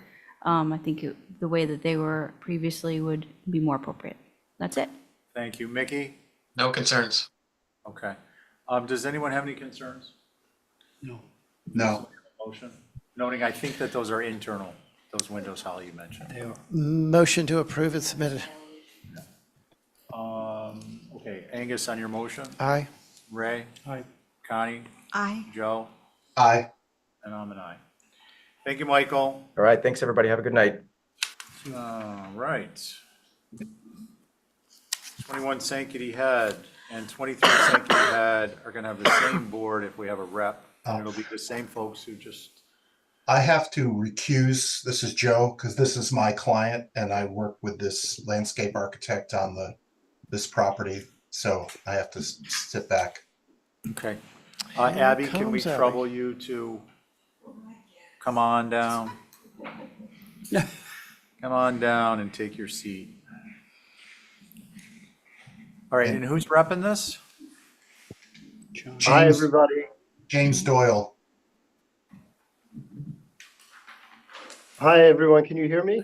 Good evening, James. We can. Are you going to steer or would you like to kindly direct staff through your presentation? It would be great if we could steer, at least for the very beginning of this. Okay, as long as you know how to share, then we can do that. As long as it works, I'll attempt it right now.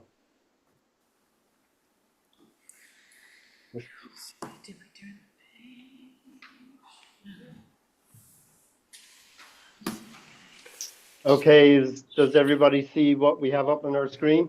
We do. All right, well, thank you for hearing our application for both 21 and 23 Sankaty Head Road. I'm James Doyle from James Doyle Design Associates. We've designed the landscape for these properties. You probably know that this is a single landscape design, but having two addresses.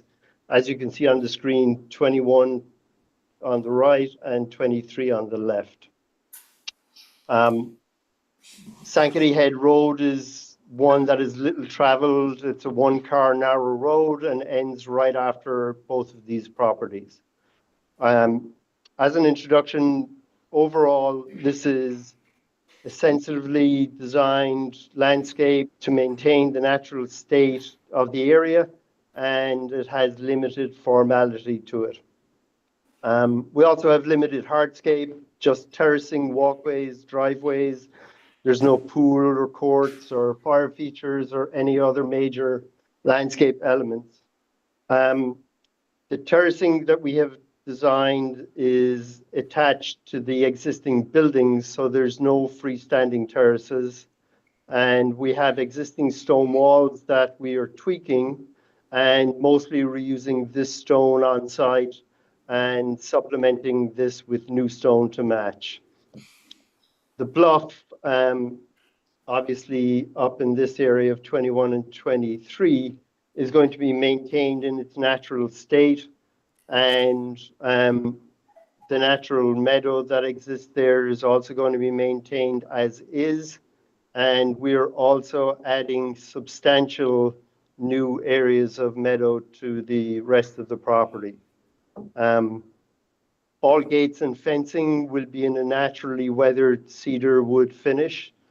All utilities will be screened with the same cedar weathered wood. And currently the property is naturally screened, and we're supplementing this with natural and native screening. On Sankaty Road, Head Road, the only thing that will be visible going forward will be the driveway gate, which will also have the same natural finish. We've got the one common driveway that will service both buildings, and the landscape here is primarily designed for functionality, but there's limited gardens that are in close proximity to both of the buildings, the guest house and the main house.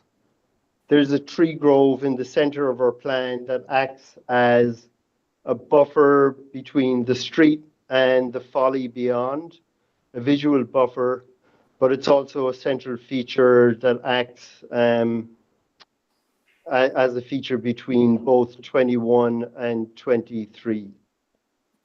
The driveway is a shell driveway with steel edging, and our pathways are a mix of shell and stone pathways.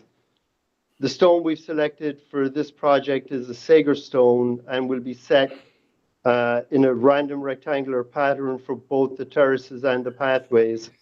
This stone color is a hardy gray stone, so it will complement the natural color of the buildings. We have private gardens on both buildings, but they're consistent in style. They're fenced and planted with herbaceous plantings. And outside of these sort of more formal gardens, we've got more additional meadows that are introduced throughout the property. So if I jump to 21,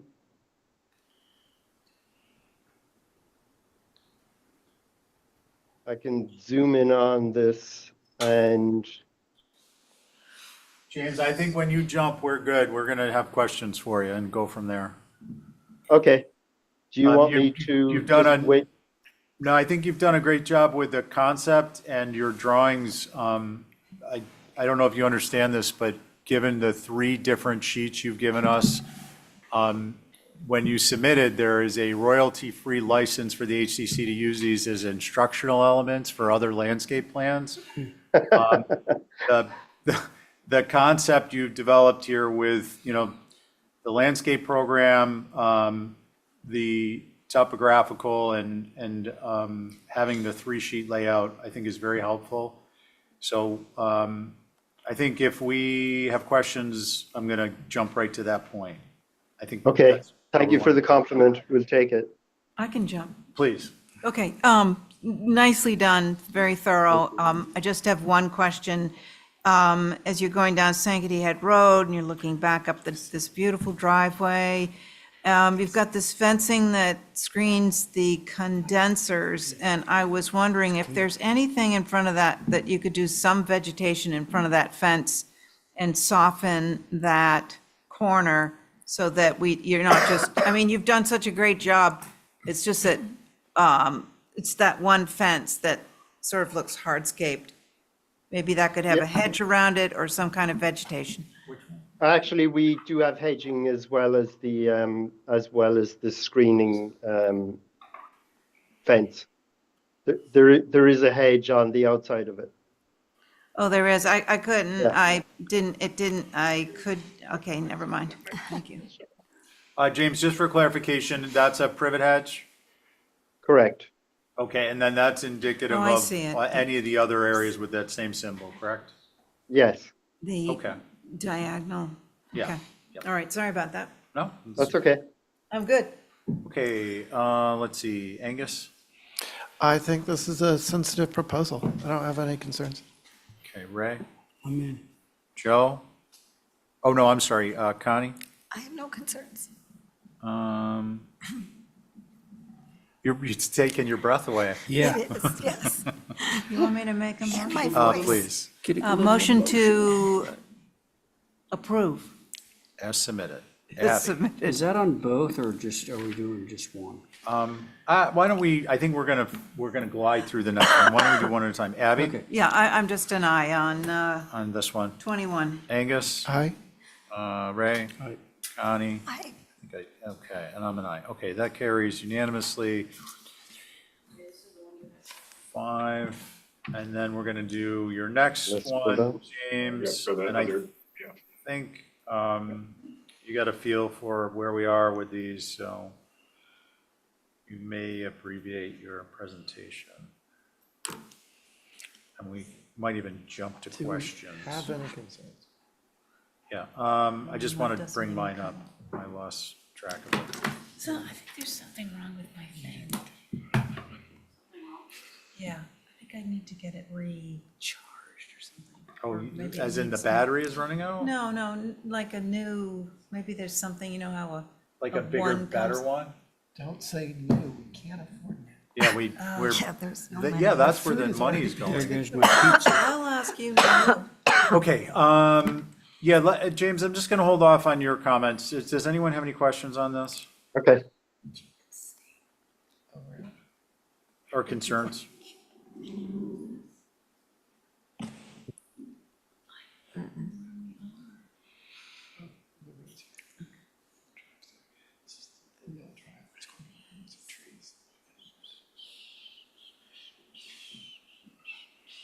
Boy, that topo is really the bee's knees. nice technique. I have just one question. Abby? Why the parade of 8 balls? What is that all about? 10 balls. 10 balls, I'm sorry, I I'm so, think those are trees. and it just, they just seem, I thought they would be trees, but they seem so out of place in such a rural setting. I was wondering if they could just be a cluster or sort of a grove, more naturalistic. Well, James, will you yeah, speak to the type of tree and then your concept? Yeah, it's I'm glad you brought up the word grove because I've always called this a grove of trees. You know, interestingly enough, our clients are going to spend most of their time here in the spring and the fall and the winter, unlike most other people on the island. So it's been an interesting challenge to come up with trees that will maybe flower at different times of the year than you would normally see. So these are sort of a multi-stem cherry tree that actually blooms both in the autumn and in the springtime. These are And the autumnalis, James? yeah, autumnalis. And I think it's underplanted with bulbs and a natural ground cover of hellebores. So I think it's going to be actually much more natural than it actually looks here on screen. It is sort of a dominant feature on plan, but in reality, it's just going to be a very nice grove of trees that is visually stunning and a nice passageway. It is a central feature. As you can see, the pathways sort of converge as one moves from the main house back up to the guest house. Okay, thank you. Abby, I don't know if that addressed your No, that's great. concern. I'm just glad they're not like arborvitae or, sort of conical No, shapes. not at all. They'll be naturalistic if they're just. Yeah. Okay. Any other concerns? Not that I can see, but I can't see very much. Did I actually say alley? Oh, I meant to say grove. I meant to say LA. LA.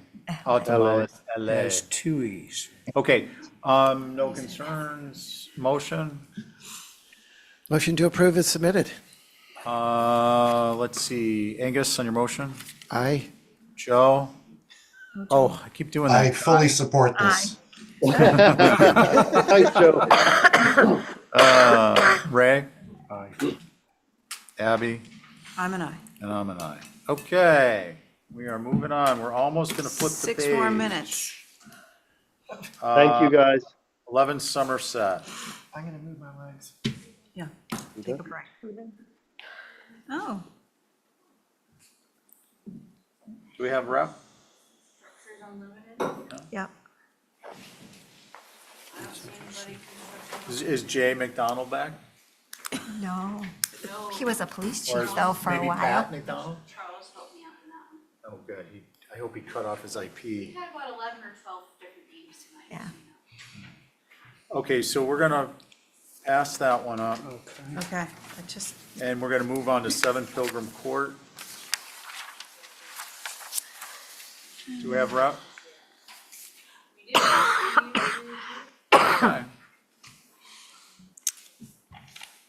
Mr. Thoreau? Head. Hot tub. Can you hear me? We can. Thank you. So we have a hot tub that's located behind the house at 7 Pilgrim. Totally screened by existing fences and vegetation. If we can scroll down to the plan, it's built into an existing retaining wall that's there, and it's 18 inches above the grade. The retaining wall itself is existing. It's a Pennsylvania fieldstone. The hot tub is a 7-foot diameter round hot tub. That flush, the mechanical equipment is on the side of the house, screened by a fence. And vegetation on the property limits its view from the street. You may catch a corner of the fence from the driveway, but you're not going to see the hot tub at all. And if we get this photographs that were submitted as well with the application. Okay, thank you. Thank you. So me, Abby, Ray, Connie, and Joe. Mr. Chair, I just wanted to remind the commission, we did receive a butters comments, but most of their comments were more on the noise and stuff that's outside of HCC's purview, but just wanted to Yes. mention that for the record. I do recall that. Frolicking in the hot tub. Yeah, do we have any abutters in the queue? No? All right. Steve, you're aware of the lighting bylaw, right? Absolutely. Okay. Who'd like to begin? You know, I reviewed this. I didn't put it on consent, but it's fine. Okay. Does anyone have any concerns? No. No. Okay, thank you, Ray, appreciate that. Motion? I'll make a motion to approve as submitted. Abby, hot tub. Yeah, Wow. I could use one right now. Yeah. I'm with you. On your motion? I'm an aye. Ray? Aye. Connie? Aye. Joe? Aye. And I'm an aye. That carries unanimously. Thank you. Six Wrights Landing Pool Hardscape. A brand new pool situated behind the house. Again, screened by side vegetation.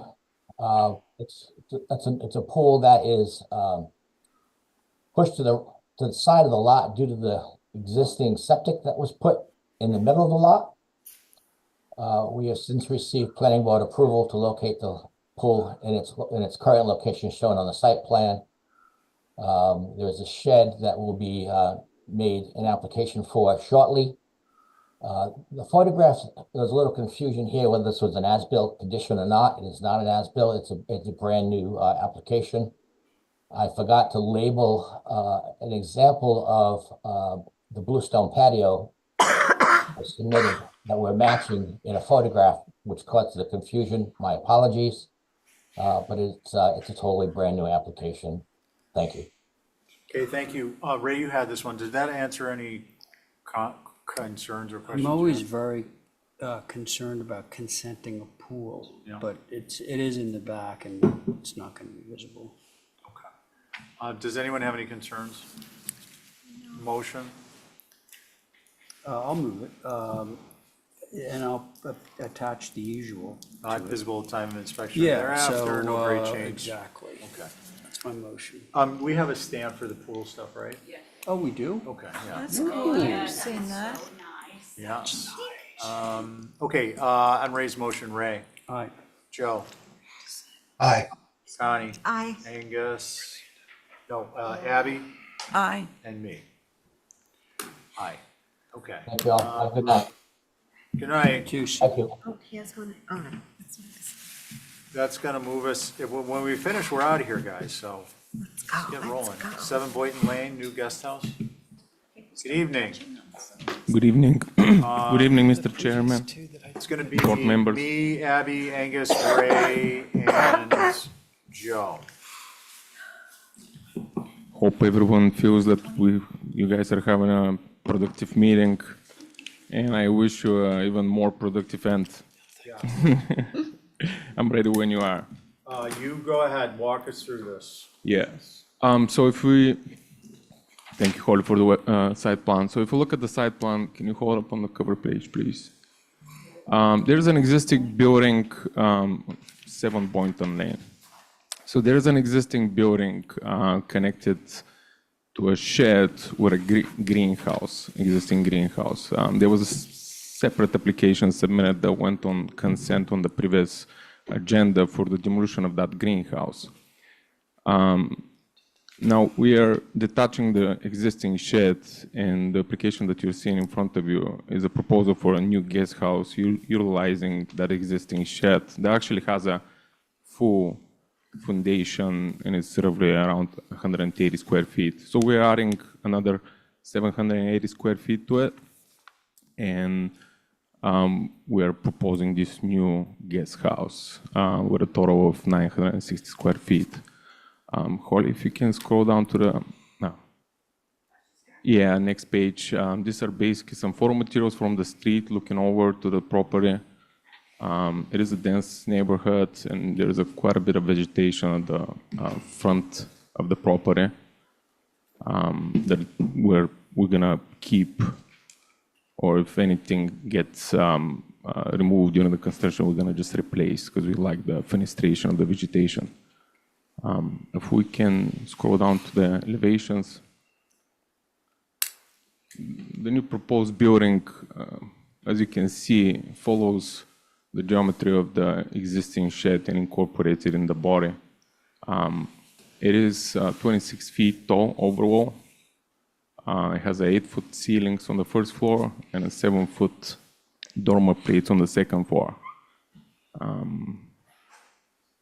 We've tried to keep it as clean, as simple as possible, and minimize the effect on the neighborhood. That's why lower roof ridge and first floor floor height. And with that, welcome your comments. Thank you. Questions? Sure. Okay, Ray? Yeah, I reviewed this. So, the addition is onto this little shed. Yeah, we're trying. So, yeah, I'm okay with it. Okay. Let's see, Joe? I'm okay with it too. I guess the one comment I would make is that I would widen up the porch columns because they look like matchsticks, but they look like 3.5 inches. And I think you could amp up the trim around the front door. Happy to do that. Okay, sounds good. Thanks, Joe. Let's see, Angus? I don't have any concerns. Okay, Abby? I like Joe's suggestions. All right, will you, Joe, you want to do an Exhibit A from your end? Yeah, I can do that. No problem. Okay, why don't we, motion is an Exhibit A to beef up the frontis and the post on that front porch on the south. On your motion, Joe? Aye. Ray? Aye. Angus? Aye. Abby? Aye. And I'm an aye. Thank you very much. Have a good night. Thank you. Now we are on to, pardon me? I have to go. Abby's going. The device has died. Are we holding this 21 Ocean? Yes. We are holding, 23 is on hold. 23, yeah. Okay. All right, so now we're on 36B, Sacagawea Ponds. Oh, the post. Do we have Carrie or Luke? Luke is here. Okay.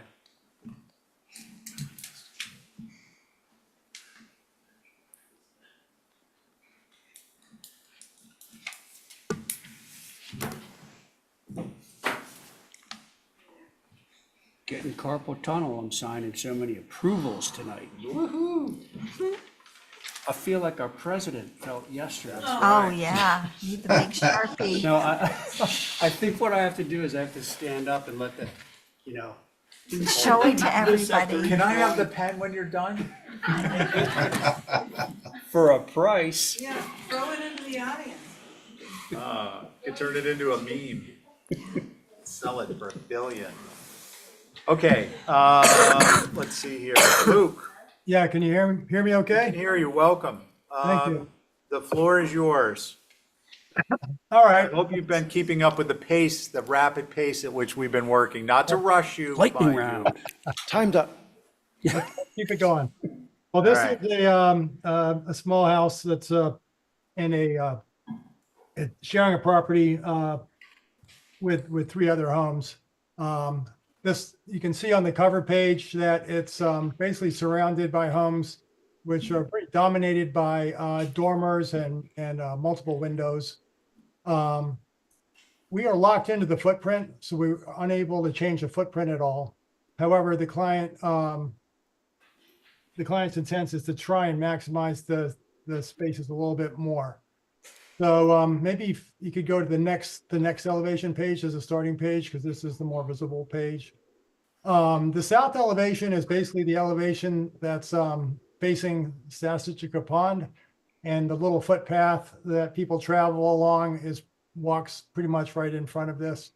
And you can see from the existing elevation that currently there's on the first floor, a door flanked by, 2 sets of sliding windows. We'd like to turn this into more of a sunroom with a bank of continuous windows and remove the door.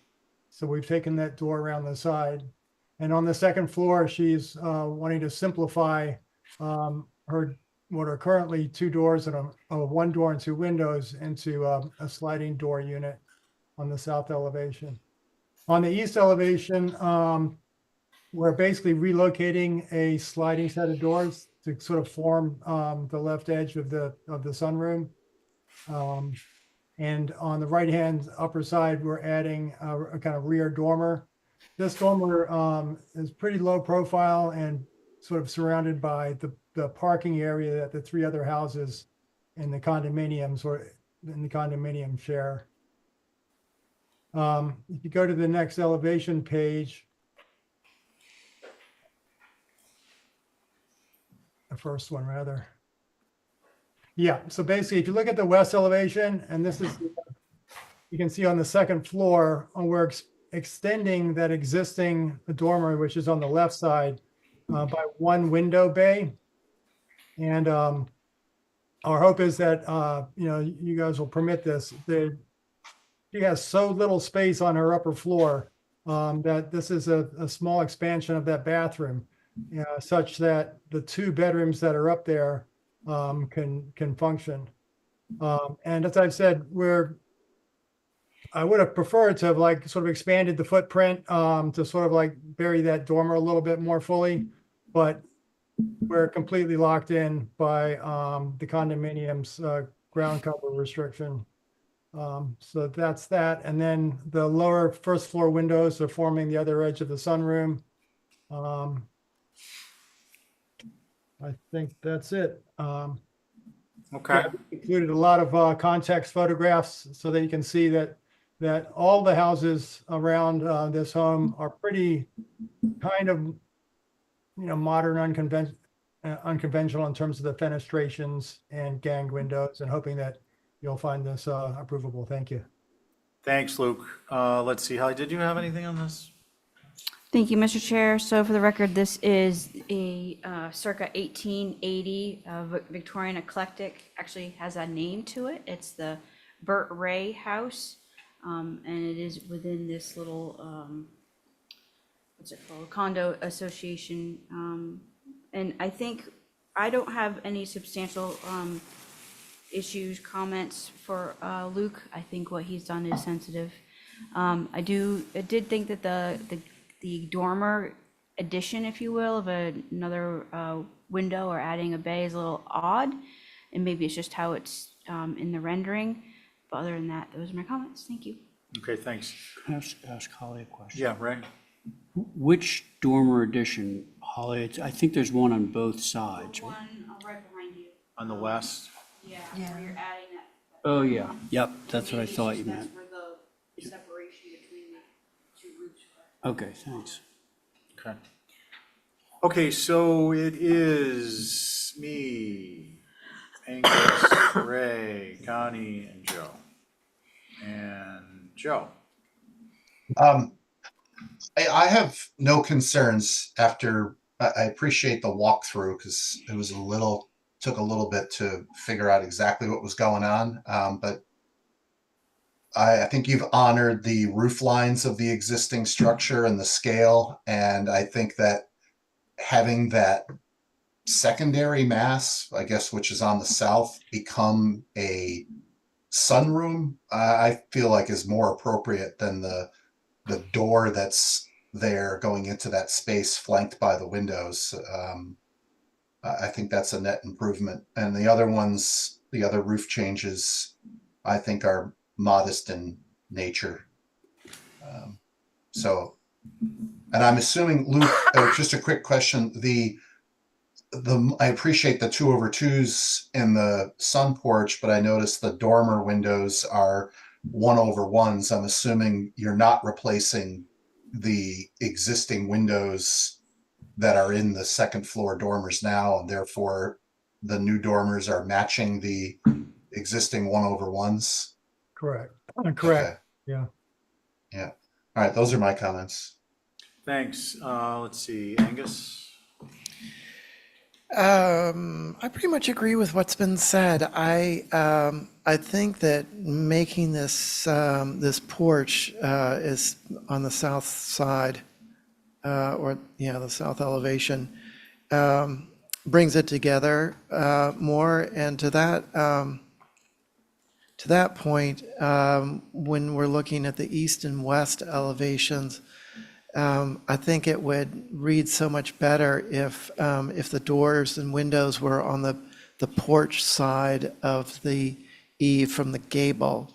It's just it's one of those things where it's like, okay, there's the gable end, and then there's a porch that's added, but when it eats into the corner of where that corner would have been, it's less believable. Good point. I would probably, I was torn about this, this third window being added to the double dormer, and it's shown a little bit differently between the existing and the proposed. The existing, it shows the dormer sort of not going beyond the higher gable and sort of back in the mass by 1.5 feet or so. Whereas in the proposed, it shows that it's almost flush with the plane below it and beyond the higher gable roof. So now I'm looking at the photograph, and I guess it's more realistic that it's sort of set inside. So I was going to say if it's more like the proposed drawing, sort of bridging the gap and pulling the two upper and lower roofs together, but I think that it's just it's an awkward massing in that twist. So those are my only concerns. Thanks. Okay, thank you. Ray? Yeah, I agree with what Angus just said about the straddling thing, but I think one thing we can all say about Quidnet is there's a lot of funkiness going on there. I also agree with Angus's comment on, sort of from, if you're analyzing the sides of this sunroom from this, I did say the sides, you would think that the doors or windows on the other side would not transgress the imaginary line that's coming down from the end of the gable. Again, I think that net, this is a charming building. There's a lot of kind of peculiar things about it, and that's frankly one of the reasons why I like it. So I think I'm okay with all of this.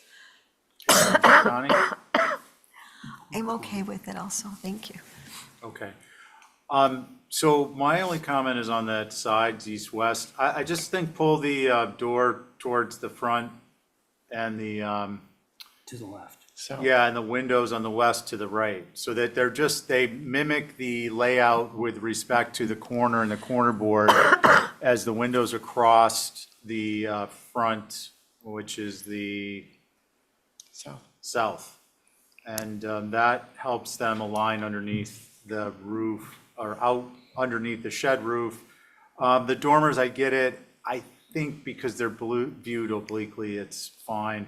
My concern was the east dormer addition because it's so large, but it's set back, so it's not gonna be something that's really a visible element, certainly not directly on. So, subject to at least my thoughts on the east and the west being incorporated, I'm okay with this. Can I ask a question? Yeah. sorry, I'm not following, the thoughts on which door, the door. let me- Luke, let me restate it. I'm sorry. I know where you are because I'm going to actually change it a little bit. So let's look at the south elevation. You've got a gang of 6. I think for this to be more successful, between each set of 2 windows, beef up the structural mullion to make it look like a porch post was there and these windows were filled in. What you will do in that, if you do that, well, the result will be is that the leftmost casing of the bank of windows and the rightmost casing of the bank of windows will butt up right next to the corner board on the south elevation, okay? Now, wrap around to the east and you slide that set of doors up to the corner board to the left of them. And then on the west, you do the same thing with the windows.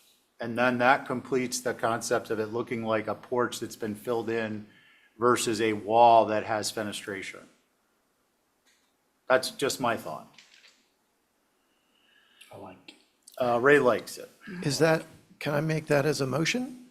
Sure, Exhibit Sure. A? Okay.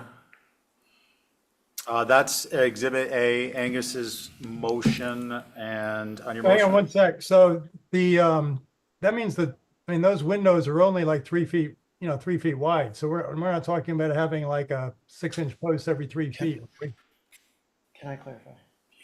Yeah, no. So Luke, Can we look at the south elevation? Luke, can I give it a shot? Sure. The south elevation doesn't change.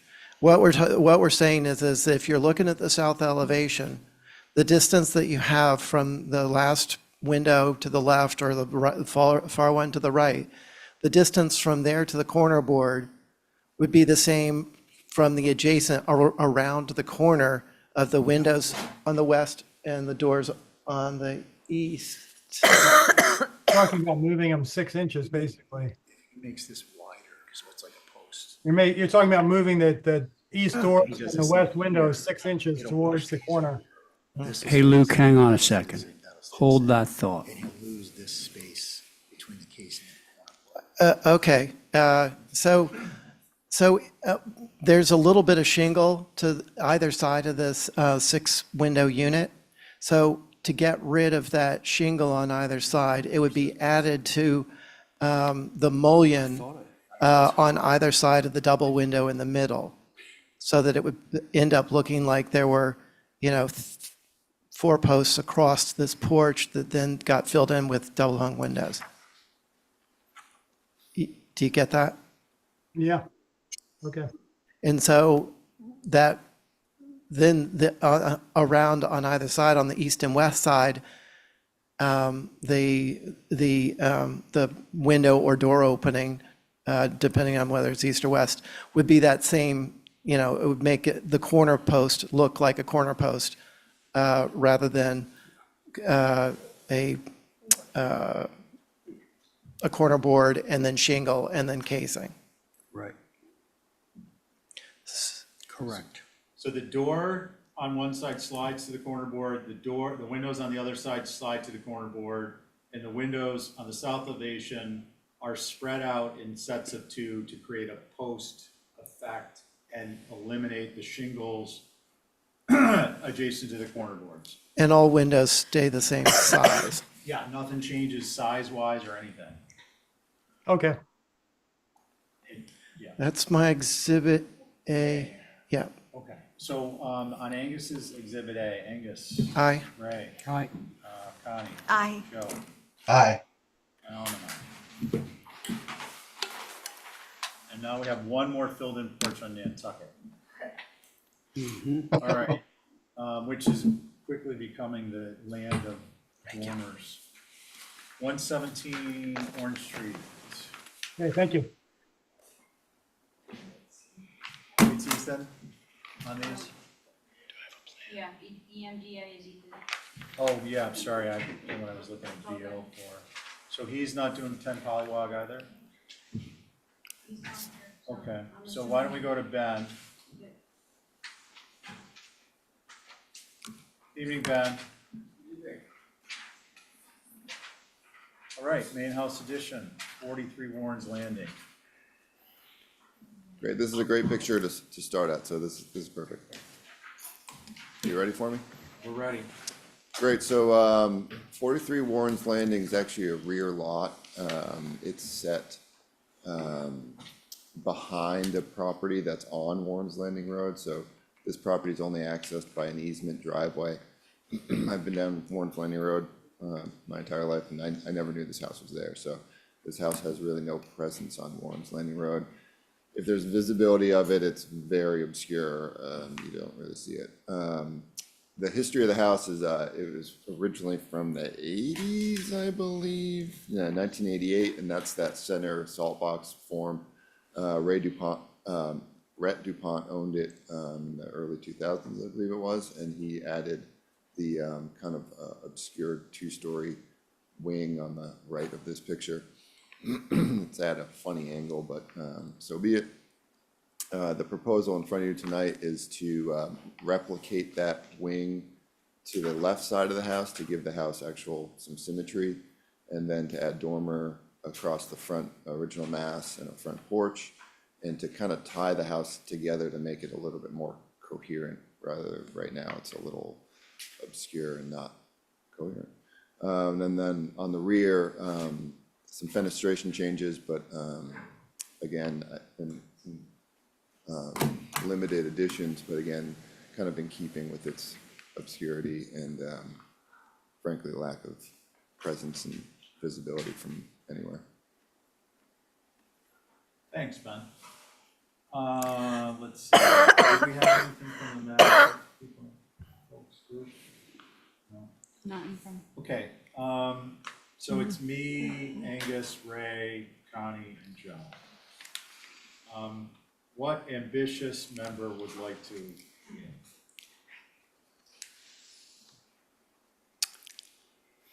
Oh, I suppose I can start.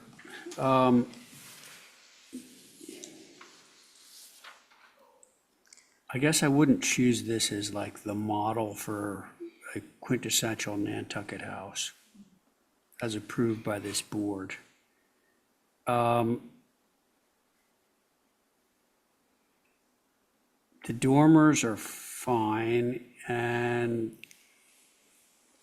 I can't say I'm in love with that sort of angled piece that's already there, but to do another one, I'm not gonna raise a fuss about it. Okay, thanks. Joe? Yeah, I don't think that you'll perceive it unless you're hovering over this thing. I think I'm fine with it, given the existing conditions. Okay. Angus? I don't have anything to add. Connie? I'm okay with it. Thank you. I just wish that connector on the left would be downsized. I realize it's part of another structure that exists, but it just, Yeah. it makes an awkward situation worse. But maybe you can plant a tree. She's a big gardener. Yes. You'd be Let's surprised. look for a big tree. You'll never see this house. We don't want to change the kitchen layout. Okay, what do we want to do, folks? I'd move to approve it as submitted. Due to limited visibility? Sure, yeah. Angus, you good with that? Aye. Ray? Aye. Connie? Aye. Joe? Aye. And I'm an aye. Okay. New garage. Right, so there exists a little garden shed here, and the proposal is that we're gonna place a actual garage that we can drive a car into, one story, very much to match the height and style of this existing shed. And then between the two structures are very close together, so between the two structures will be a natural weather trellis system. Again, the visibility is 0, and it's a one-story garage, so hopefully it's acceptable. Okay, thanks. Same board, would like to go, right? Fine. Connie? Okay. Joe? No concerns. Angus? No concerns. This isn't gonna be visible I would, otherwise I would just say it just would seem appropriate for it to be a freestanding pergola with trellis on it. But I don't have a concern with it being between them, but if it's not visible, I'm not gonna worry about it. Okay, motion, Motion to approve as submitted. Angus, Aye. Ray, Joe, Aye. Connie. I, All right, All right, thank you very much. See ya. Brooke, can we move and rotate a shed and do a hardscape fence in 4.5 minutes? Yes, we can. I'm surprised it wasn't on consent, but sure. Okay, well, Val is not here. to Val talk. Oliver didn't consider it worthy of consent. I know, I'm sorry. That says a lot. So let's not. All wow. right. Why don't you run us through this? So this is an existing structure that is getting moved and rotated from a spot that is currently next to that building that is outlined in blue. What this is a correction of a public easement that the land bank has on this property. For many years, the building was incorrectly placed within the access, within the easement. And so this is just a corrective measure to move the shed out of that. The second part is the hardscape, which is essentially an access point for land bank and public use. Okay, thank you. And there are photos of the building somewhere in this list. Okay, Holly, is this green? You want to say anything? Just that I was privy to this proposal, with at least for the driveway from the property owner. And I knew that this was going to be associated, that would have to be moved out of the way of the easement. So I had no concerns. Thank you. Okay, thank you. Does anyone have any concerns with the relocation of the shed or the driveway? No. So I'll open both of them and I will look for a motion for both of them. Motion to approve as submitted, both of them, Thank you, 19 Joe. and 20. Thank you. On your motion, Aye. Connie, I, Ray, Aye. Angus, Aye. and I'm an aye. Perfect. Good timing, Brooke. Thank Didn't you. even take 3 minutes. Yeah, Nice work. that was All 2. right, so we have minutes to approve of October 8th and October 15th. Can I get a motion? So moved. Same board. Angus on your motion, Aye. Connie, I, Joe, sorry. Aye. Ray, Aye. and I abstain. Minutes to review, August 20th, and our next meeting is January 29th, old business here at 4 Fairgrounds Road in the community room at 4 p.m. Be there or be square. Motion to adjourn, please. Motion to adjourn. Connie on your motion. Aye. Joe, Aye. Ray, Aye. Angus, Aye. and I am an aye. Thank you.